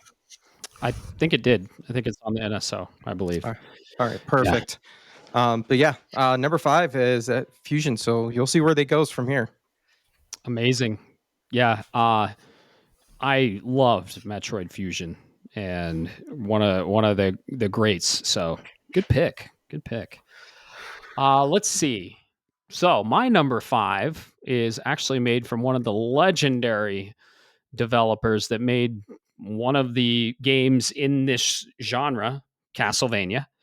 But Castlevania is a little higher up on my list. But this Koji Igarashi left Konami, just like Kojima did, and he created his own studio, and he created a game called Bloodstained: Ritual of the Night. So this is my number 5, heavily inspired by one of my games on the list, higher up on the list. And yeah, I mean, if it wasn't, it didn't have Castlevania in the name, you would never know. It's heavily inspired by one of the greatest Castlevanias of all time, and it was originally kickstarted. I was a backer. Anishi Creates helped publish this game, and yeah, Miriam is the main protagonist. And dude, if you like, Dawn of Sorrow, Portrait of Ruin, all those games, all the DNA of Castlevania is in this game. David Hayter actually voices a character. David Hayter, of course, the voice of Metal Gear Snake in Metal Gear Solid. He actually voices a character, Zangetsu, in this game. So it was funny because like Kojima and Koji Igarashi were part of Konami, and then Kojima used David Hayter. So Iga was like, oh, I might as well use him in my game. So gorgeous art style. Originally came out for PS4. Loved this game to death. If you like any Castlevania especially ones on PS1. You will love this game. So, yeah. Bloodstained Ritual of the Night. Love that game. Spoiler. What? This is very much on my list. Yo, you should have said something But before. I wanted you to talk about that Oh my because you were so God. in love, dude. Where is it? That's Believe it awesome. or not. So this is the angle I'm going to go at because you hit everything that I'm talking about. Okay, it is everything you talked about is the reason why it's on the top of my list. Mhm. It missed me. I caught it late, and I got it by your recommendation because Oh, very cool. I think Castlevania is a concept much better than the Metroid. I like that feel versus the sci-fi when it comes to preferences of my fantasy. And you've got Bram Stoker influence and things like that, which I love a lot of that old architecture of storytelling. And then you mentioned because you mentioned the creator behind it, and I was like, oh, that's why it missed me because the last time somebody did that, there was the driving force behind a platform, and they kickstarted. It blew up in the face of my dear Mega Man, and that was Kenji. That was with Mighty Number Nine. So Yeah. it passed me because I was like, well, it doesn't matter. And then you said David Hayter, and I was like, motherfucker. Uh, and Yep. and I fell in love with it because I think it was a great platformer, and the story got to me and everything you talked about. So yeah, that's the reason it's up there at number one for me. Hell yeah. Yeah, and there were even 2 prequels that were heavily inspired by the original NES Castlevania games, like 2 and 3.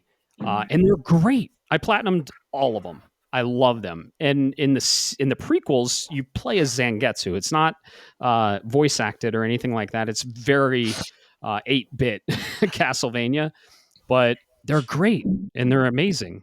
But yeah, Bloodstained.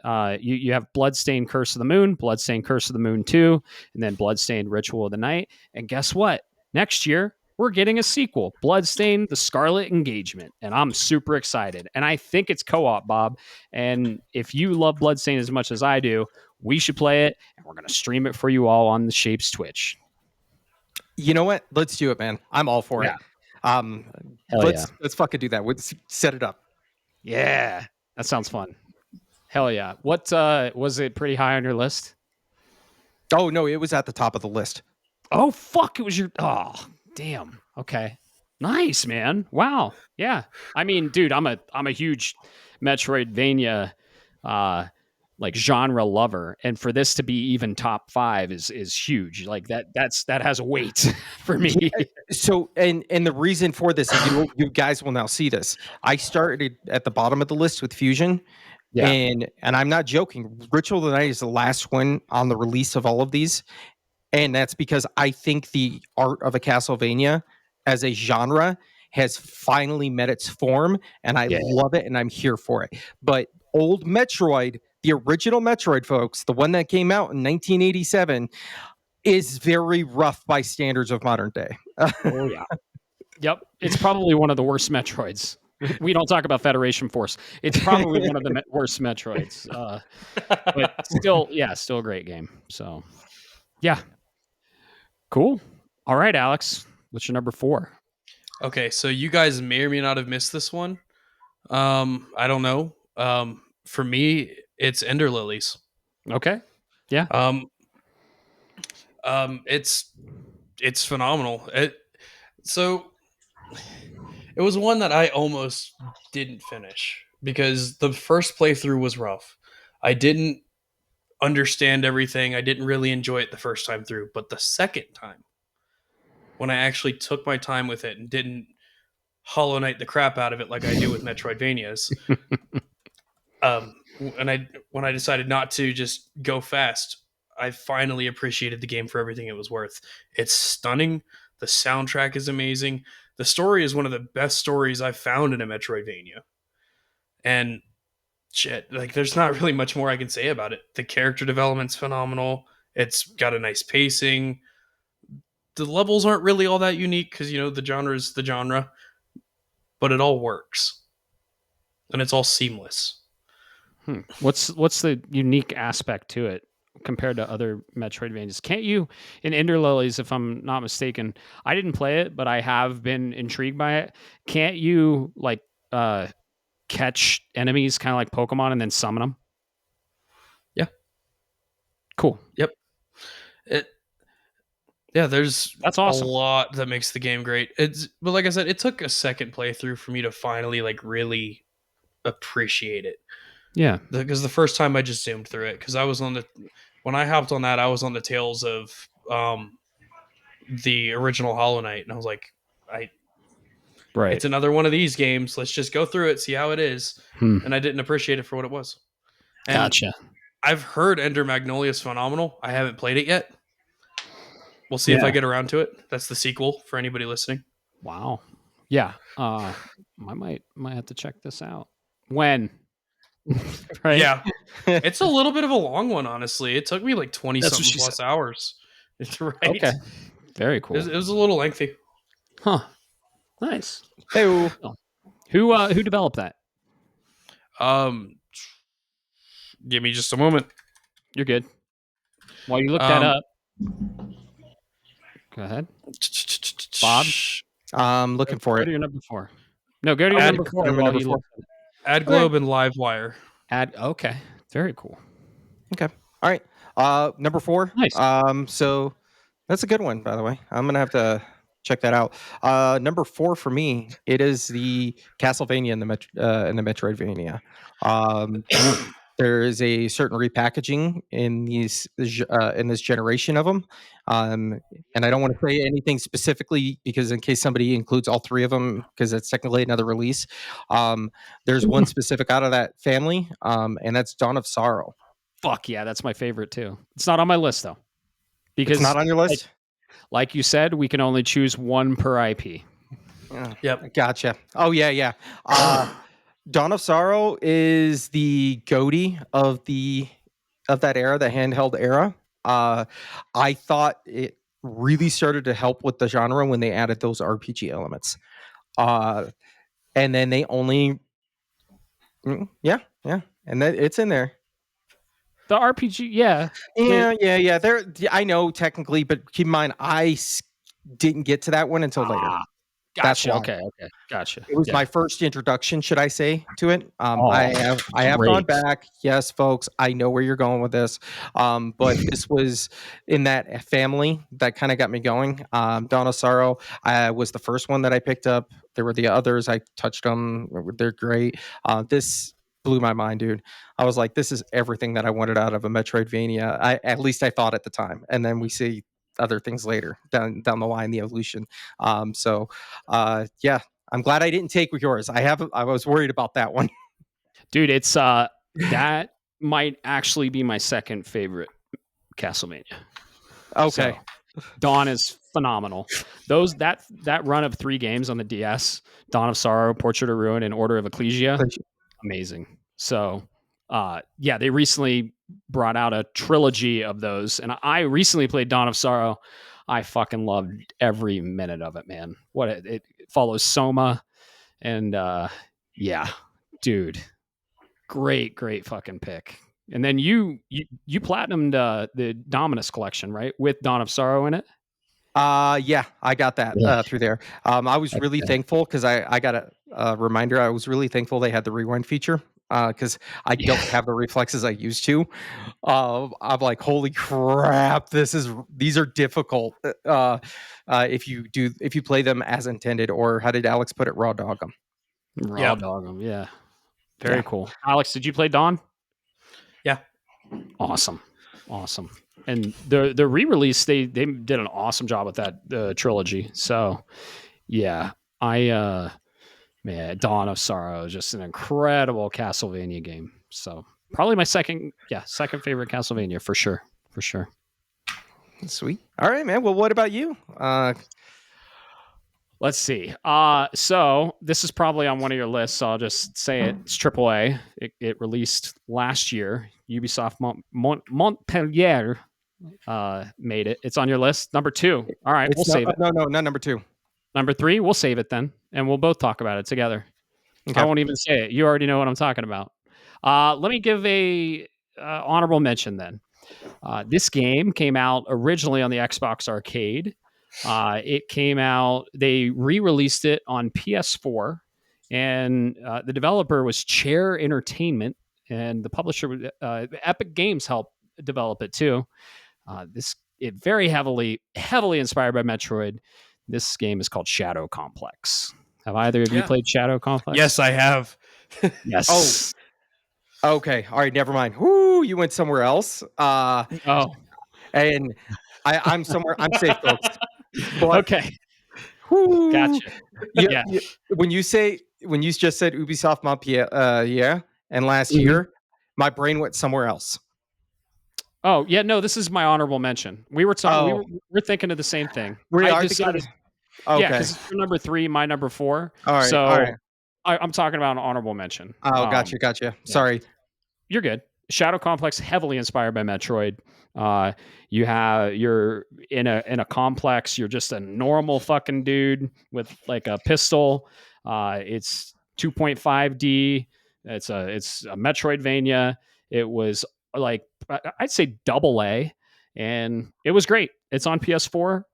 Very fun. You get some very unique weapons, very unique abilities in it. It's got a really cool art style. I'd say it even kind of has a hint of some Metal Gear Solid in there. What? With the with the backdrop and the concept. Like, you're kind of in a complex similar to where you were in Metal Gear Solid, Shadow Moses. So, and you're trying to figure out why the fuck you're here, and you're trying to escape, and you find like some really cool technology that they've been developing. And yeah, it's amazing. If you love Metroidvanias, if you're a big fan of Metroid, Shadow Complex, awesome game. And Alex, you played it. Did you beat it? Yep. Beautiful. Yeah. It's a really fun game. It was cool. that was one that was like, for me, I got to it a little late, but it's a good, like, hey, I've got an hour. Let's go play this real quick. Right. It's not really one I could really sink a lot of time into, but hey, it's a good here and there. Absolutely. I almost 100%. It's super hard to 100%. There's trophies inspired by Metroid speedruns. Bob, I think you actually would like this game. I think there's difficulty levels. Like, I'd say there's some Metal Gear inspirations in there. I'm just saying. Man. I played it on launch on the XBLA. Loved it. So that's my honorable. You definitely up my alley. You said gun, and it's not a Metroidvania, but my brain went to Broforce. I don't know if you've ever played that. Yeah. But yeah, I have a physical copy of Shadow Complex. Yeah. Yes. Well, I know. Right. All right. Well, that works for. Yeah. We'll just come around, and do you want me to talk about it now, then, since you did your honorable mention? If it's number 3, let's let Alex talk about his number 3, and then you. I was wrong, by the way. It's number 2. So I might. Number 2. Yeah. We'll circle when it's your number 2. We'll both talk about it, because god damn, it's such a good game. All right, we'll go there. All right, Alex. Cool. Okay, so this one was actually really hard for me. It was a choice between the first game and the second game in the series. It's Ori and the Blind Forest. Yeah, dude, the game is stunning. It is so fucking gorgeous, and the soundtrack is phenomenal. Like, it's oh my god, I loved this game. I absolutely loved this game. Like, shit, what all can I say about it? First off, it's the only one on my list that isn't combat driven. Like, Ori's very platforming driven. There's chase scenes, there's epic boss fights, but there's chase scenes. Like, the art style. Dude, yes, the art style is so phenomenal. Like, that's the only one I can yield Silksong to. Like, I think Ori does have a better art style than Silksong. Will o' the Wisp was also phenomenal too, but it took a lot of consideration, and I had to look at how much time I had in both games. And I was like, okay, Blind Forest is the one. Okay. Yeah. Developed by Moon Studios, Xbox exclusive, now on the Switch. The only reason I haven't played this game or the sequel I'm waiting for it to come to PlayStation. I That's fair. almost played it on Switch, but I was like, nope. There's going to be an optimized version for PlayStation. Moon Studios, I still think, is a Xbox studio, but Yep. hey, they're releasing all their shit on PlayStation. This one's coming eventually, and I will be there fucking day one. I want to play this game so bad. It's such a matte game. It's not even funny, and that's the only reason I haven't played it is because I really want to play it on PlayStation. And that's fair. Great pick. Dude, it's so great. It's so great. I regrettably originally played it on Switch, but Okay. you know, it's kind of whatever. But yeah, the game's phenomenal. It doesn't. I don't think it really matters what you play it on. But yeah, Switch, it does look the worst, but it's still a stunning game all over. The story's phenomenal. The characters are memorable. Ori is like this spirit creature thing, and she's so lovable. It's phenomenal. Very cool. Great pick. I can't wait to play it. It's Dude, one of you're my. gonna love it. I know it's one of my like most sought after games that's stuck on Xbox. Yeah, unfortunately. So, But- and Switch. I'm not going to play it on Switch. But Moon Studios and Xbox are in kind of a rough territory right now, so Yeah. you'll probably get it sooner rather than later. Yep, I hope so. I'm waiting Yep. for it. Can't wait. I'll be very excited when it finally releases on PlayStation. So Yeah, Great Bob, have you pick. heard of that one? I've heard of it. I thought it looked beautiful. It just kind of went over my head. It wasn't going to catch my attention, but Moon Studios and seeing that name kind of catches my eye because I'm now that I hear the history and it's like, oh yeah, Moon Studio. I'm like, all right, maybe there is something here that's worth looking into. I like to keep an open mind. You know, hell, I did Sword of the Sea recently, and that blew me away. Yeah, it's a yeah. fun one. And Ori's probably, on my entire list, probably the easiest one. It's the most casual out of all of them. I'll openly admit that. It's a fun pick it up, never put it down game. It's a fun pick it up, play it for an hour game, regardless of your time constraints. There's always time for Ori for me. Very versatile for sure. That's Mhm. good. Yep. Who is it? Next. It's you. Number 4. Number 3. Number 3. Yep, number 3. We're gonna go on to the opposite end of casual. This one, I this is the only one on my list that I discovered not because of you, Matt. Oh, All right. okay. This one I discovered because by accident. And I was like, wait, this is what a Metroidvania can do. And it goes into the Metroidvania subtype of the roguelite genre. And that's going to come from 2018. It's not on your list? It's not on my list. No, I never finished this game because it was too hard. Okay. And I refuse. I refuse to mess with the difficulty sliders. I don't That's blame fair. you. Don't blame you. All right. So is it? You know what I'm talking about? It's not on your list, Alex. No, probably not. Okay. All right. From Motion Twin, that's Dead Cells. Yeah, no, it's not on my list. Okay. Yeah. This game. Dude, that game's great. Yes, you guys are hitting all the marks. The difficulty slider. You could. I didn't get the platinum either, Matt. But It's a roguelike, Souls-like, with Yes. gorgeous pixel art. yes, this included 3 genres that I was like, this shouldn't work, but it Right. does. In a weird way, kind of like. Another game that I know is on your guys' lists, or genre. But yeah, the roguelite element is what really caught me. And then it got me to look at Rogue's Legacy because I missed out on those. And I saw Rogue's Legacy 2, and I saw the third one. I haven't gotten a chance to play it, but these are so fun because they're easy pick up and play. And I don't have to remember every pinpoint on the map because the map is dynamically changing with you. That's what really sold me is instead of putting the game down for a couple hours and coming back and having to look at my notes or my map markers and go, what was that for again? All right, the map's created, you go have fun, big number, go burr. But you are right. It is difficult as all hell if you want that platinum the natural way. So if you are not a masochist out of the Souls community, stay away from this one. It's hard, dude. It's so fucking hard. But it's so rewarding when you actually finish it. Like that's true. the thing. It's phenomenal. Yeah. Yeah. Oh yeah, it's very rewarding. It's like any Souls like when you finally drop Mhm. that boss or complete that level for sure. And it's got a fucking Castlevania DLC, like legit Castlevania DLC that I own, that I really want to play. But fuck, is this game challenging? Yeah. Same here. I'm like, oh, that's awesome. But I don't Yep. know if I'm ready yet. Like, I need some. That's how much space I need in this game from this game. Right. Yep. Dang. All right. My number 3. Keep in mind, I've probably played 40 to 50 Metroidvanias of my gaming career, and this is my third favorite. This game is harder than Dead Cells, and this game is on your list, Alex. Maybe. I think you have the original on there, but it released this year. Team Cherry, Hollow Knight Silksong. Yeah, no, it's not on my list. Okay. Yeah, I figured. Yeah.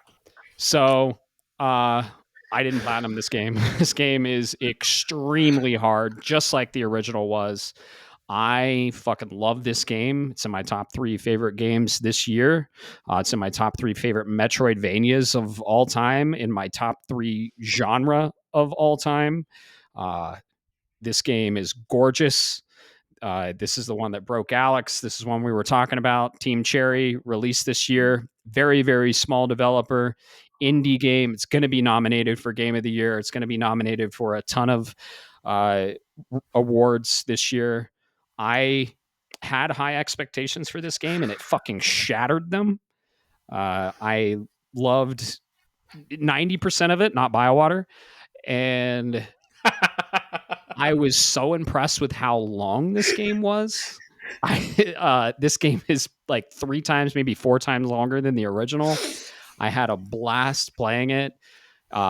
I just, all the secrets, gorgeous, gorgeous artwork. I mean, Hornet, we talked about, if I'd boner in the beginning of the episode, that's what we were talking about. Hornet is the main protagonist of this game. This phenomenal game. It's like fresh on my mind because I just beat it. And so you beat this game and you're like, oh, I beat the game, but you didn't really beat the game. You have more of the game, and then you're like, oh, I finally beat the game. Nope, you still haven't beat the game. You have more of the game, and then you actually beat the game. So fucking loved this game. It's probably going to get some of my votes in some of the categories this year. I'm sure it's going to be nominated. It might even get my Game of the Year nominee. Who knows? Who knows what I'm going to pick? It might be Death Stranding too. Who knows what I'm going to pick? Well, you can find out on next episode though. Yeah, Hollow Knight Silksong, top 3 favorite Metroidvanias of all time, and that's saying something, man. Because that's I mean, it's one of my favorite genres. So, and I know you love this game, Alex. Yeah, and I know. I do. Yeah. So even though it broke you.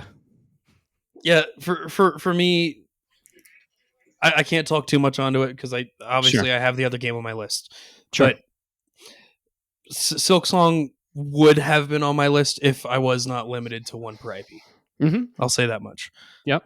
There's a lot of games that would have been on this list if I wasn't limited to 1 per IP. That's why we limit it to 1 per IP, because mine would be all the same IP probably, or 2. But no, I'd say Hollow Knight, if it weren't limited to IP, would still be probably top 10. Hollow Knight Silksong, the biggest bestiary I have ever seen. So fleshed out. And the enemy types are very versatile, dude. The boss battles just amazing. Yeah, super fucking challenging game. This game is ridiculously hard, especially in like end game areas. So yeah, Team Cherry, dude, knocked it out of the park, shattered my expectations. It was totally worth the wait. Yeah, so, loved it. Yeah, for me, now that I'm let me check my Steam total time in this game now. Ooh, I finished it. I completed it at 80 hours. So I have now spent 195 hours. Holy in shit! Silksong. So when I say that the game fucking broke me, the game broke me. And then I will break you. Yeah, so I spent a lot of time in Silksong, nowhere near the amount of time as the first game. But Gotcha. I love Silksong. I do. It Yeah. just I knew it was going to be on your list. I had to let you have it. Thanks, buddy. It can't be on my list because of the other one is. Yep. But hey, the game was great. I do think it's a GOTY contender. It's not my choice for game of the year. We'll get to that eventually, but yeah, it's going to win something. It deserves to win something. You know, we waited 7 years for it. We got 7 years worth of material, I guess. Yeah, easily. Yeah, I mean, the fact that I'm 190 something hours into it now and I'm still finding things. Like, yep. Like for me, it's optimizing a speedrun route now, but still finding things. Like it's crazy. Yep. Dang. Super rewarding game. I think it deserves every bit of praise it got. I think it deserved all the hype it got. I don't think it deserved to crash all the app stores, but you know, that was fine. I only had to wait 3 hours to buy it. Dang. Yeah, I played it on release day, but not release hour. I'm not that. I did not play it on release hour. No, I was at work spamming the refresh button on Steam trying to get that game.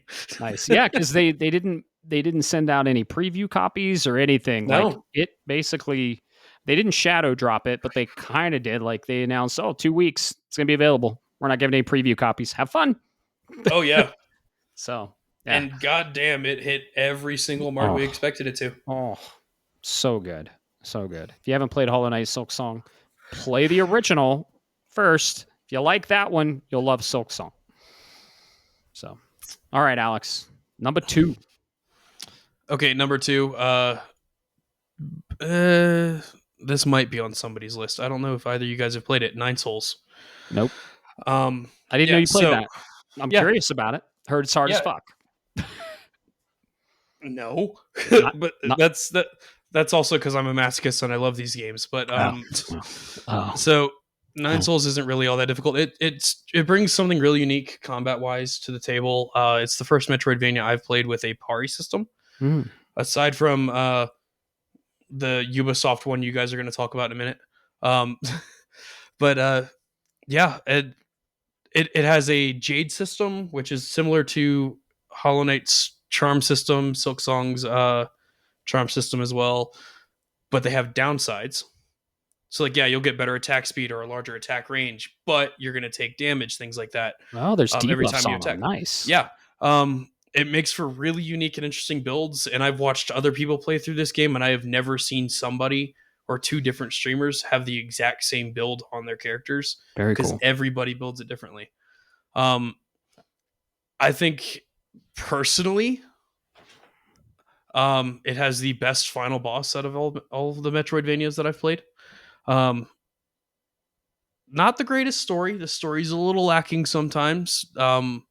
It definitely feels like the story wasn't the main selling point of this whole thing, but the game's phenomenal. The graphics are great. The soundtrack is great. It almost reminds me of Journey for that game's soundtrack. It's very atmospheric, and it's the developer deemed it like Dowpunk, like a Taiwanese, I guess, cyberpunk thing. Interesting. As the whole like theme of the game, and you feel it. You play as this, you play as a race of cat people fighting other cat people and other enemies, and you're going through this whole world story, and it's phenomenal start to finish. It was one that I picked up late. I picked it up not even, I think, a week after I initially finished Silksong, and it immediately made my number 2. Wow. Like, I was like, damn, this game is phenomenal. Why did I miss this? And it only came out last year. It's been in my sights. I heard it's really tough. It has moments, yeah. The whole second half of the game, I'd say, gets pretty rough, like difficulty wise, but yeah, it's polished. It's a lot like Clair Obscur rewards you for understanding the parry system, and you're not going to make it through the damn game without parrying. Yeah, so, yeah, it's a lot of fun. Cool. Very, very, very active combat. You're always doing something. Okay, very nice. Very cool. How about you, Bob? Number two. Oh, we know your number twos. Yeah, well, I guess we'll just cut the Band-Aid off. No, you guys know what I'm talking about, but to set this up is this is the latest on the list outside of my number one, which we covered earlier, and I've got an honorable mention there, right? I can cover you with. This is from Ubisoft Montpellier, and that's Prince of Persia: The Lost Crown. Fuck yeah. This game is a blending of a lot of things that I really wanted, where Prince of Persia was originally just this 2D platforming gauntlet run of a game. And with the original was pretty brutal and rough back in the day. And the 3D ones, don't get me wrong, I love those, but those are not Metroidvanias. And to see this come into the Metroidvania limelight, I fell in love with it almost immediately, man. This is a almost near perfect, like this is a 9.5 out of 10 game for me. There's a couple of things, because when I want a Metroidvania, I want tight controls. If I die, I want it to feel like it's my fault. This game had very few of those situations because there's a lot of environmental traps that you got to get around. You can do the awesome, cool acrobatics that allow you to jump, but in a different way. Instead of getting double jump, you're going and doing parkouring off of the rods there.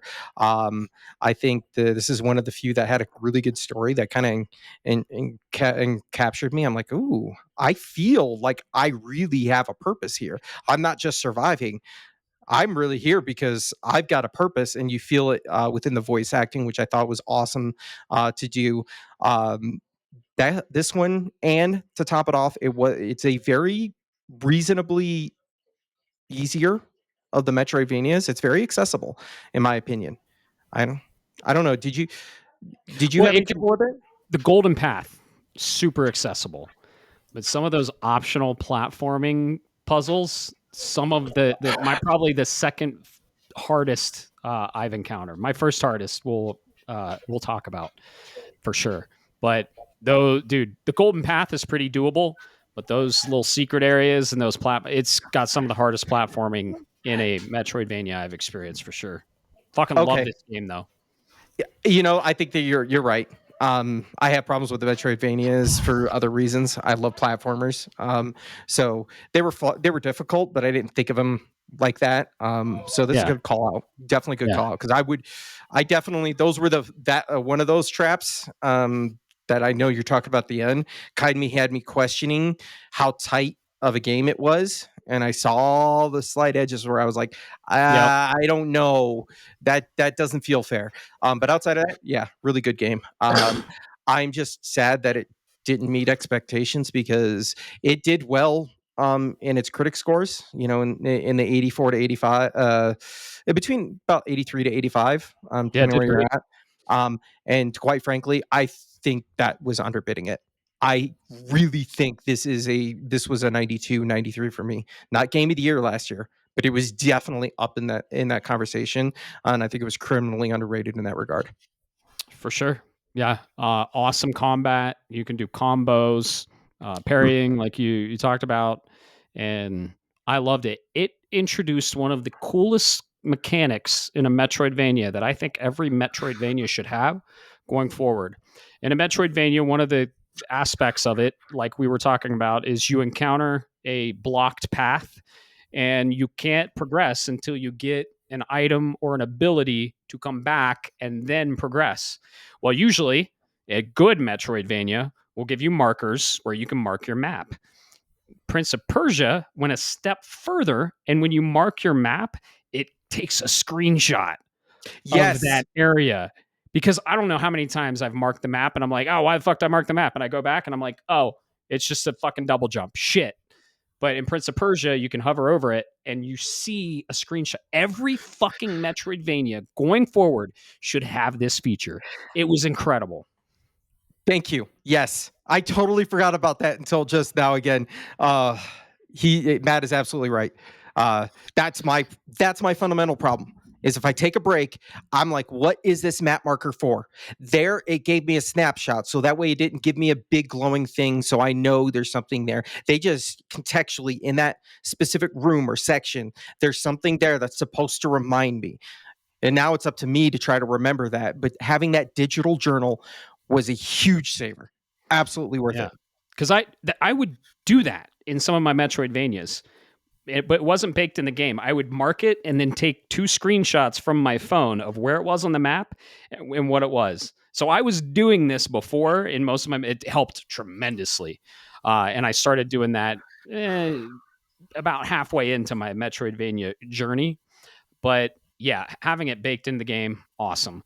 The platforming puzzles were, I'd say, they're not as hard as the Path of Pain, but close. Okay. All right. Alex, that's what I'm talking about. Yeah, I contextually know as well. Okay. Definitely fair. Damn.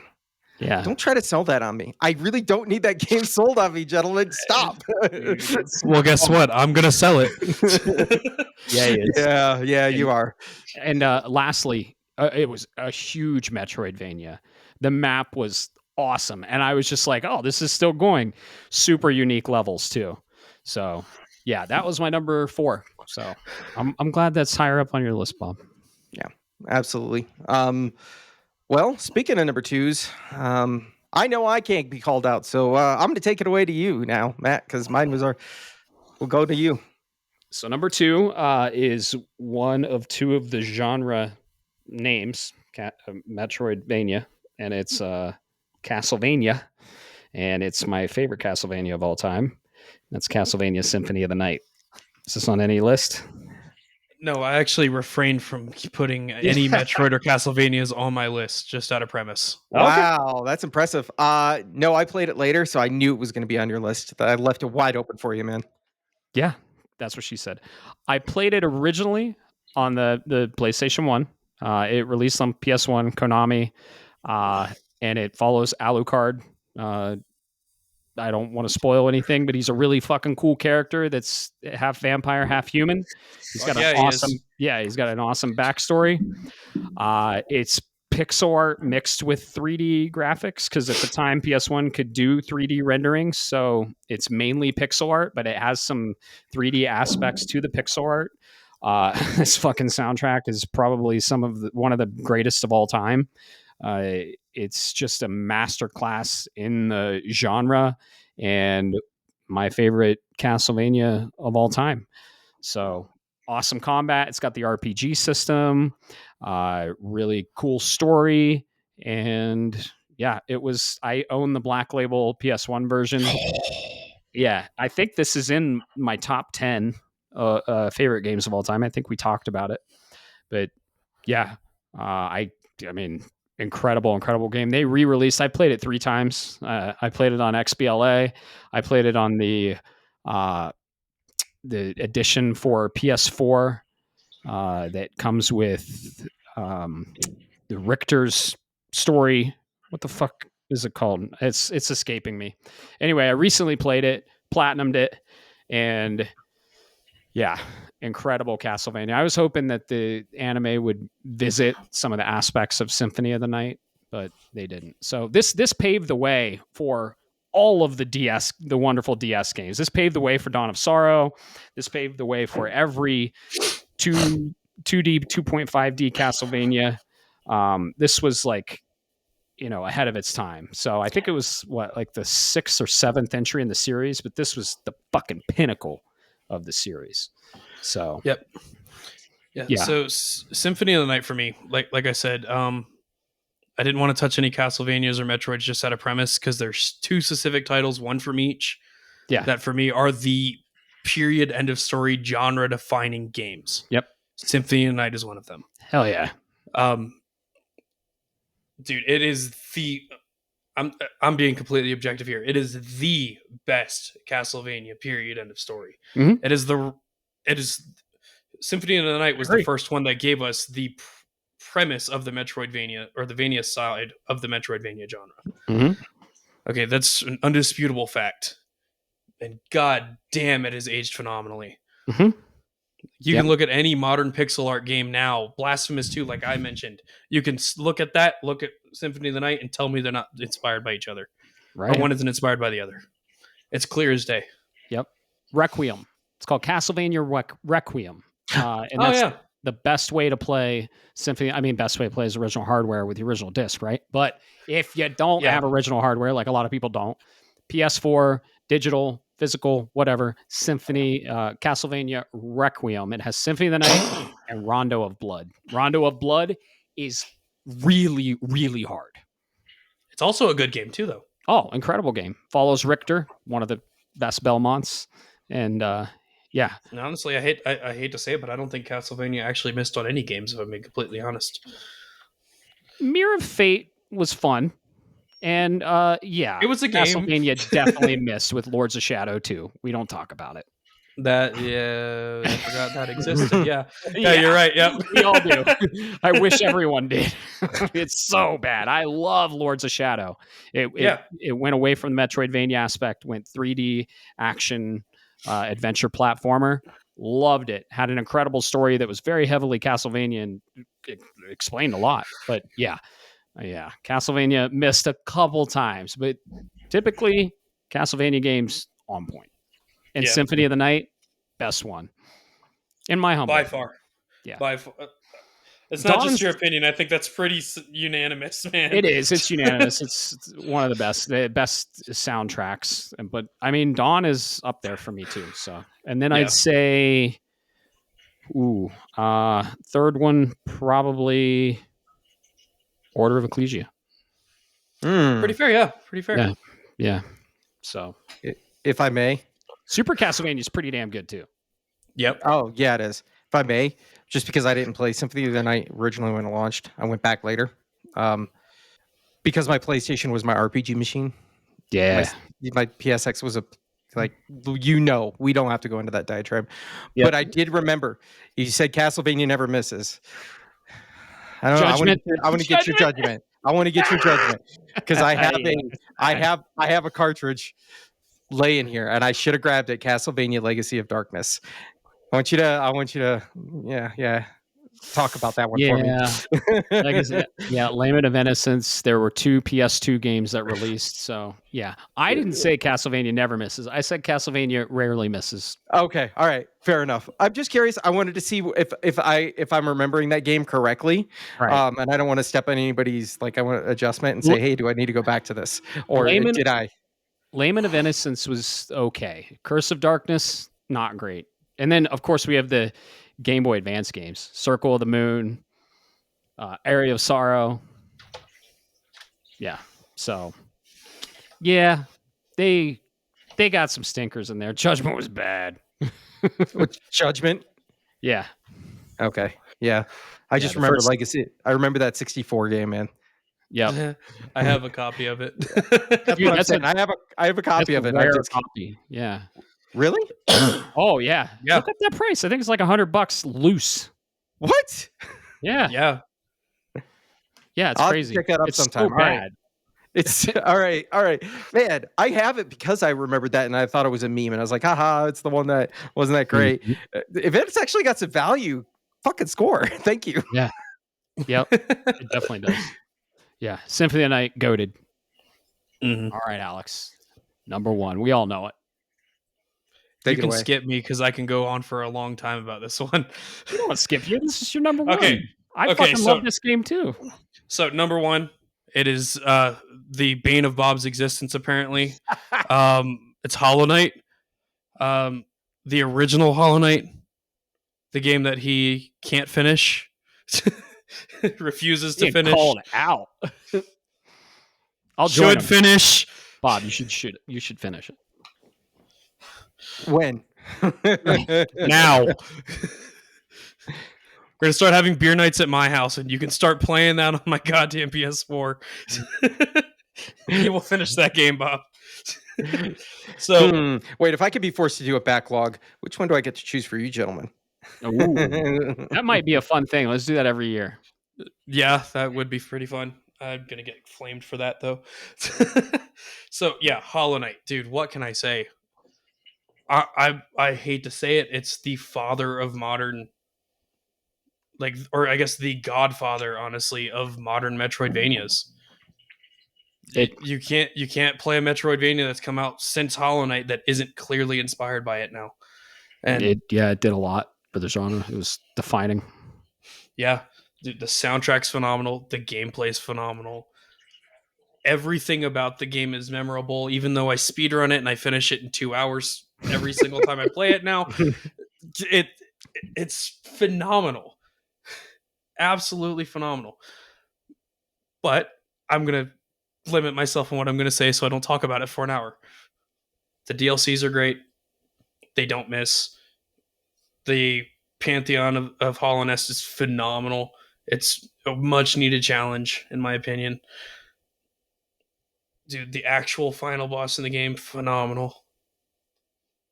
Nightmare King Grim, phenomenal. Like the game hits and hits and hits and hits. But I'll be the first to say and own up to the fact that it does have its downsides. It's slow. Every game does, yeah. Hollow Knight is slow. Like, you are early game until you are 3/4 of the way through it. It is really slow. Unless you speedrun it. But that's not the point here. Right. But yeah, it's a bit of a drag. The story doesn't come together till towards the end of the game. But goddamn, for me, it's the one that's taken my heart. I have a little ghost light up sitting on my desk. Nice. My map of Hollow Nest is above my desk right now. It's Beautiful. the one for me. Honestly, if there was one video game I could play for the rest of my life, that's it. Wow. Like, it's incredible. I say that very boldly. Yeah, it's incredible. It's I love it. It's got the hardest platforming challenge in any game I've ever played. The Path of Pain. Yes. The Path of Pain. Yes. Yeah. Did you ever finish it? I did.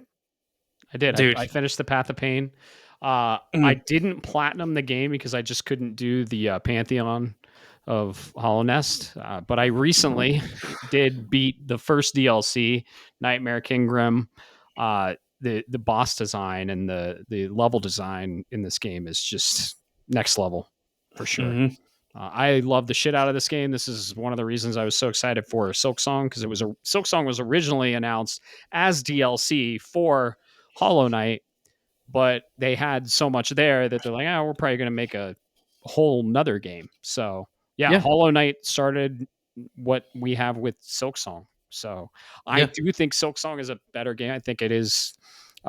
It just built upon everything Hollow Knight did and just did it so much better. Like you said, it's slow, and Hollow Knight Silksong, it ramps up a little better with the difficulty curve and the golden path stuff and everything like that.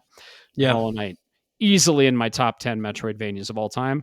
I picked Silksong because, one, I knew this was your first, and two, I do like Silksong over the original Hollow Knight. But you can't play Silksong without playing the original Hollow Knight, and I would recommend.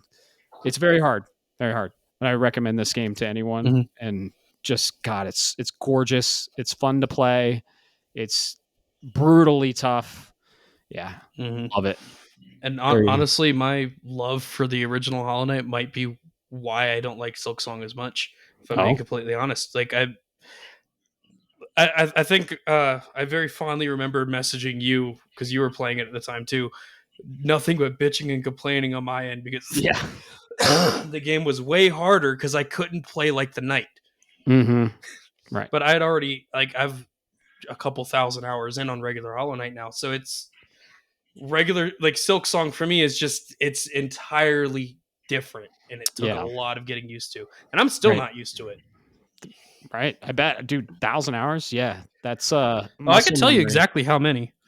I was gonna say, Matt, think about that compared to yours and I's top. Like, I know what yours is, but it's live service, and then you look at my stuff, and it's like nowhere near that for a single player when you average it out. Yeah, I think my highest single player is like 220, something like that.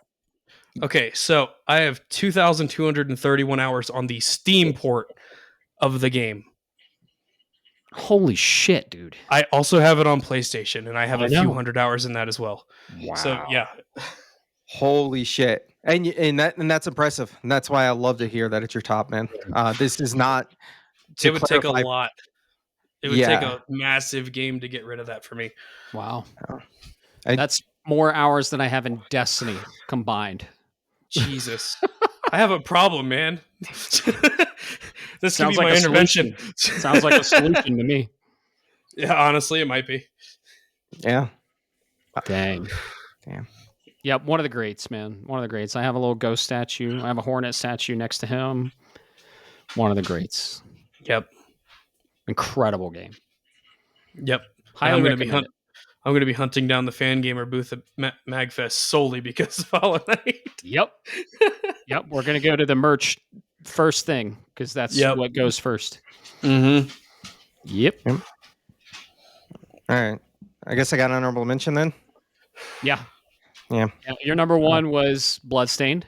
Bloodstained. Yep, absolutely. And before anybody comes to the pitchfork, folks, for the record, it's not that I don't like Hollow Knight, but I love hearing your story because it resonated with you, and that's where all my other stuff is kind of like we always find that game once in a lifetime.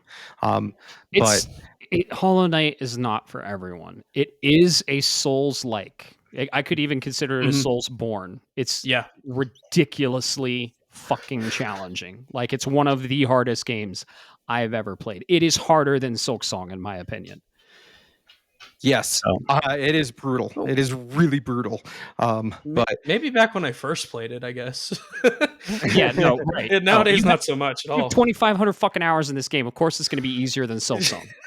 I've got boss patterns memorized. Right. Exactly. I guess. Well, I guess get an honorable mention. Yeah. This isn't necessarily Castlevania, but I wanted to call it out. Is it kind of gives me a little bit of those vibes. It gives me the Dead Cell vibes. Okay, folks, go check out Rogue Legacy. It is a lot of stupid fun. If you like what Dead Cells did with that roguelite action, but you still got the platforming and getting items and things like that, go check it out. So just wanted to throw that out there for everybody because Bloodstained was my number one. We discussed that earlier. And I guess, yeah, I will hand off the floor to you, Matt. This is I knew which game when I will, as a handoff, I'll tell you in the series, because I know what's in there. I was like, if I put this one in my list, it's almost trolling you. If I'm being honest, it's kind of like if I said I'd take Silksong, even if I had finished it, I wouldn't do it because I recognize the greats within this genre, and this objectively is probably in that top tier. So I understand why. Mm-hmm. Yep, it might be a different one that you're thinking, but I wonder what my first Metroidvania is. One of the other end of the Metroidvania genre, right? Castlevania is my second. Metroid Dread. Yep, I knew That's not the one I was thinking. Yep, you were probably thinking of Super Metroid, and they're neck and neck. Yep, it's the ending of Metroid Dread. Super Metroid had an amazing ending too. Like, dude, I hate picking favorites, and I'd say, like, they are neck and neck, dude. Super Metroid and Metroid Dread, like, they're my favorite Metroids of all time. Dread hit the spot, though. 2022, technically Metroid 5, technically a sequel to Metroid Fusion, has our girl in full fucking HD 1080p glory. This was my game of the year for 2022. It beat out like some pretty heavy PlayStation 4 games or 5 games. It beat out some PlayStation 5 games. Yeah, I fucking love this game. It runs like a dream on the original Switch. It's gorgeous, awesome level design, super cool abilities. It's fan service for Metroid fans. And dude, I hope Metroid Prime 4 Beyond hits in the Prime series what Metroid Dread did for the 2.5D Metroid series. So, man, loved this game. Just super fun combat, gorgeous levels, engaging story. I had high expectations for this game because it was Metroid 5, and Metroid Dread was always talked about but never released. I mean, I think between Fusion and Dread, it was like 20 fucking years. Yeah. Yep. So we were hungry, right? We had Prime, and we had Samus Returns remake on the DS, 3DS, but we were hungry for some new Metroid. And when this was announced, no one expected this. Nintendo doesn't fucking care about Metroid. But then they're like, "Oh yeah, here's Metroid," and then they said Metroid Dread. Dude, Dread has been rumored, or what had been rumored in the Metroid community for a while. And dude, it lit the fucking community up. It reemerged the IP. Like we were eating so good. And then it released and it was fucking great. It was so good. I think I might be playing Dread for the next Metroid Marathon. I think that's the one they're giving me. So yeah, this is my favorite Metroid of all time. Up there with my top 3, Prime and Super Metroid. Those are all neck and neck, though, right? But Dread, dude, the length of it, great. The depth of it, great. They added a ton of new quality of life things for Metroid games. So yeah, Metroid Dread, top favorite Metroidvania of all time. You played it, Alex. You played it, Bob. Yep. No surprise there. That's the one I was talking about. I know which one you were thinking about, Alex. But objectively, Dread is the pinnacle of the series. Objectively, that game was amazing. You said it right there. When I heard sequel Fusion, I was like, oh, you have my attention. Because there's a lot of other stuff out there, and then we had like spin-off stuff, and then we had Prime series and a few other things, but the canonical next one in line is what had my attention. It was like, oh, let's fucking go. I want to see where this the story goes. And it delivered. Yeah, it was a beautiful Metroid cake of all of the previous Metroids: Metroid 1, 2, Samus Returns, Super Metroid, and Fusion, all combined and created fucking Dread. Yep. So, Alex, you love Metroid Dread as well? Not as much as you do, but yeah, I did love Not the many game. people do. Yeah, for me, the best Metroid game, and it's the other tier 0, like I was saying, like the pinnacle was Super Metroid. Oh, because like I look at Super Metroid and Symphony of the Night as the two that started all of this. Yep. And the reason why we have these games we love so much. Yep. But hey, Dread was a phenomenal fucking game. Right. But yeah, the quality of life stuff in Dread just kind of ekes it just right above Super Metroid, right? Super Metroid is there as a pinnacle and as a pillar for the series for sure. But Dread just incorporated so much quality of life shit that it sorely needed. And it just simmers a little bit above Super Metroid for me. So, and that's fine.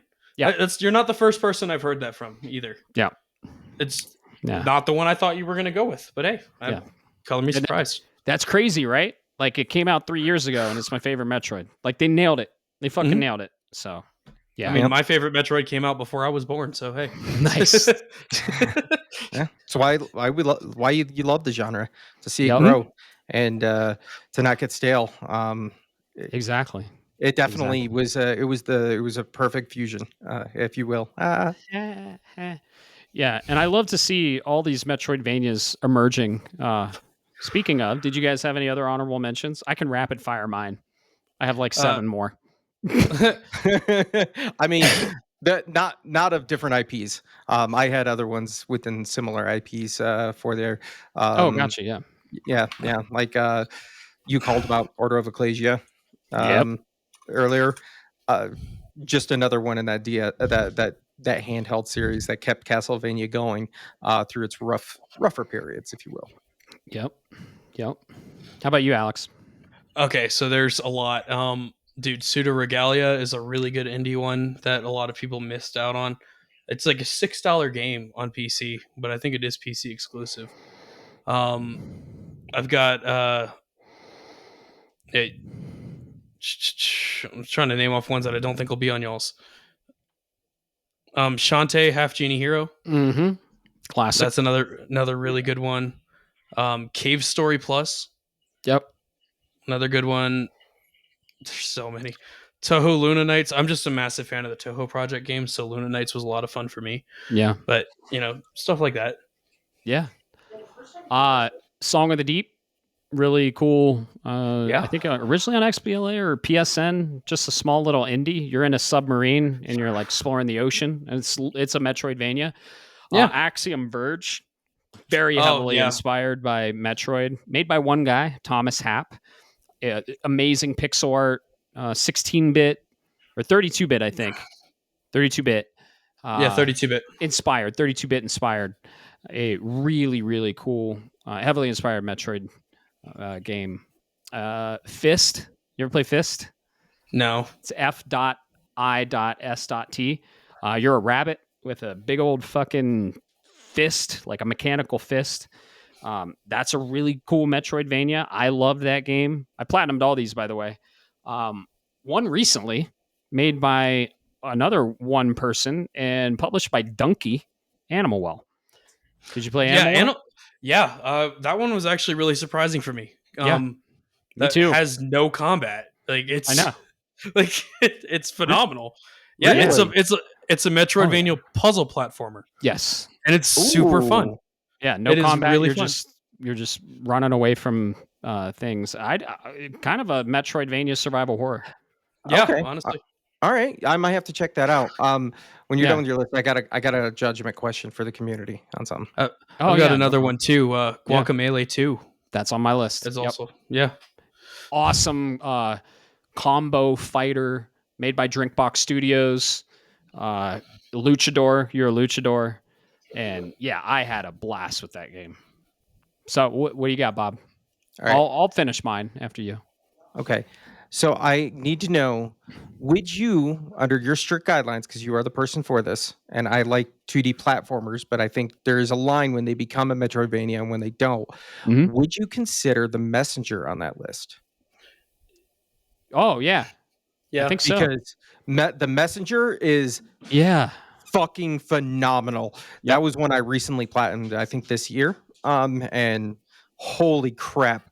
Good call out. Good call out. Sabotage totally nailed that one. And then it was like, oh, hey, wait, Sabotage did what? Oh, that's right. The other game that's not a Metroidvania. I was like, oh my God, this game is amazing. I'm never doubting these guys ever. Until they fuck up, they've got my backing. I'm so glad you picked that one up. Yeah. Let's see. Ultros. Any of you played Ultros? That was on PS5. Awesome. Just psychedelic art, crazy fucking twisted story, really cool, unique gameplay, and like you plant seeds and it affects the levels in the environment. Like you can plant like a wall that you can climb up, but you have to get the seed first. So really hard game and very challenging. It's very puzzle based, so it's really like complicated and a brain twister for sure. I platinumed that game though. So I love that. The Last Faith. Yeah. Pixar art. Souls-like Metroidvania. It's like Bloodborne meets Castlevania. Yeah. So that was super fun. Really gorgeous pixel art. Really fucking hard. I didn't platinum it because I missed one thing, but I have one last trophy to go in that game. That was very fun. Cool story. I've got another one. Okay. Monster Sanctuary, if you guys have played that. It's another good one as well. It's a Metroidvania meets like Pokemon kind of. Yeah. You're capturing monsters the entire game, and they all have different stats and all this stuff, and you use them to fight. Yeah, it's very super duper fun game. Nice. Definitely a little bit of a deep cut, but hey, it is what it is. Right. How about Bob? Did you have any others? No, I think you're the experts here, man. I was just worried about stepping on your all's list, if I'm being honest. Yeah, no. There's so many out there. If we missed one and you love it, tell us about it. Put it in the Discord. And if you have a top 5 or your favorite Metroidvanias of all time, I know it's a very popular genre. Tell us about it. Post your favorite Metroidvanias in the Discord.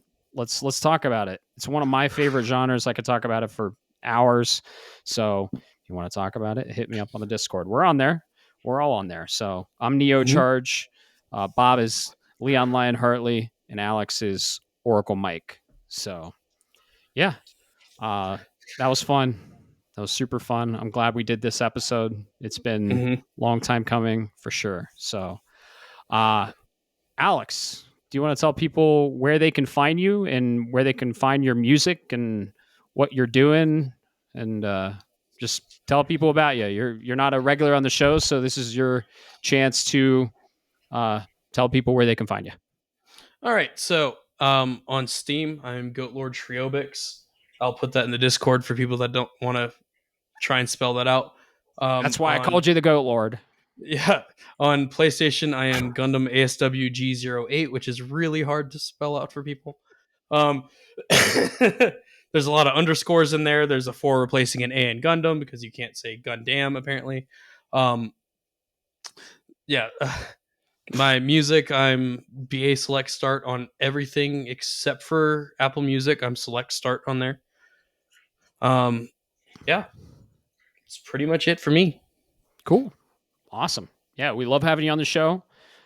This was a great suggested topic. We do have a question, don't we? We got to read off that question from. Yeah, we have the second part. Altier 23 wrote in for the question. I get Alex. We didn't prepare you for this, so that's fine. It's fine. Yeah, but it's a great question. Should we do that? Yeah. We should do that. Yeah, let's go ahead and do that. Put him on the spot. Yeah, so he had 2 questions. Altier 23 wrote in on Discord, like you all can. We have a little question section. And his question was, what is the most underrated game you have ever played? So, Alex, you go first. I'm kidding. Bob. Because we've had time to think about this. Bob, did you want to go first, or you want me to go first? It's up to you. I'll go first, man. So there are 2 games that immediately came to mind that I never heard good things about. Well, there's 3. And I had to whittle this down and kind of was like, well, do I go with what's the worst on critic scores? What do I get the feeling out of? What can I defend at The Last Stand that I've never heard anybody talk nice about? Because if I go by scores, Puzzle Quest Immortal Edition's on there, but that's kind of lame. It's a Final Fantasy game. I will defend this all day long. It did get a 78, so it was somewhat popular from my understanding, but I hadn't heard anybody else talk about it. That's World of Final Fantasy. This is a great homage. It is a Final Fantasy meets Pokemon. Yeah. The story is okay. I think it caught a lot of flack because the combat system, if you aren't paying attention, will kick your ass with the way the stacking mechanic works. And I think there is a negative personally. I think there's my opinion, but I think there's a bias against the chibi character style. It's not very popular. But if you can get past that look, because I know it's not necessarily always the most coolest, so to speak, it is an amazing game with a lot of callbacks to a lot of Final Fantasies. So if you know your lore, this is a Final Fantasy fan. It's kind of game. Yeah. Cool. All right. I actually was interested in this game, and then I was like, am I? And I did some research, and yeah, I passed on it. But it does itch the Final Fantasy fan. It has some fan service for Final Fantasy gurus out there for sure. Chibi Lightning, hell yeah. Yeah, exactly. And I could see why some people wouldn't like it. Right. But definitely go check it out, man, if you ever get a chance.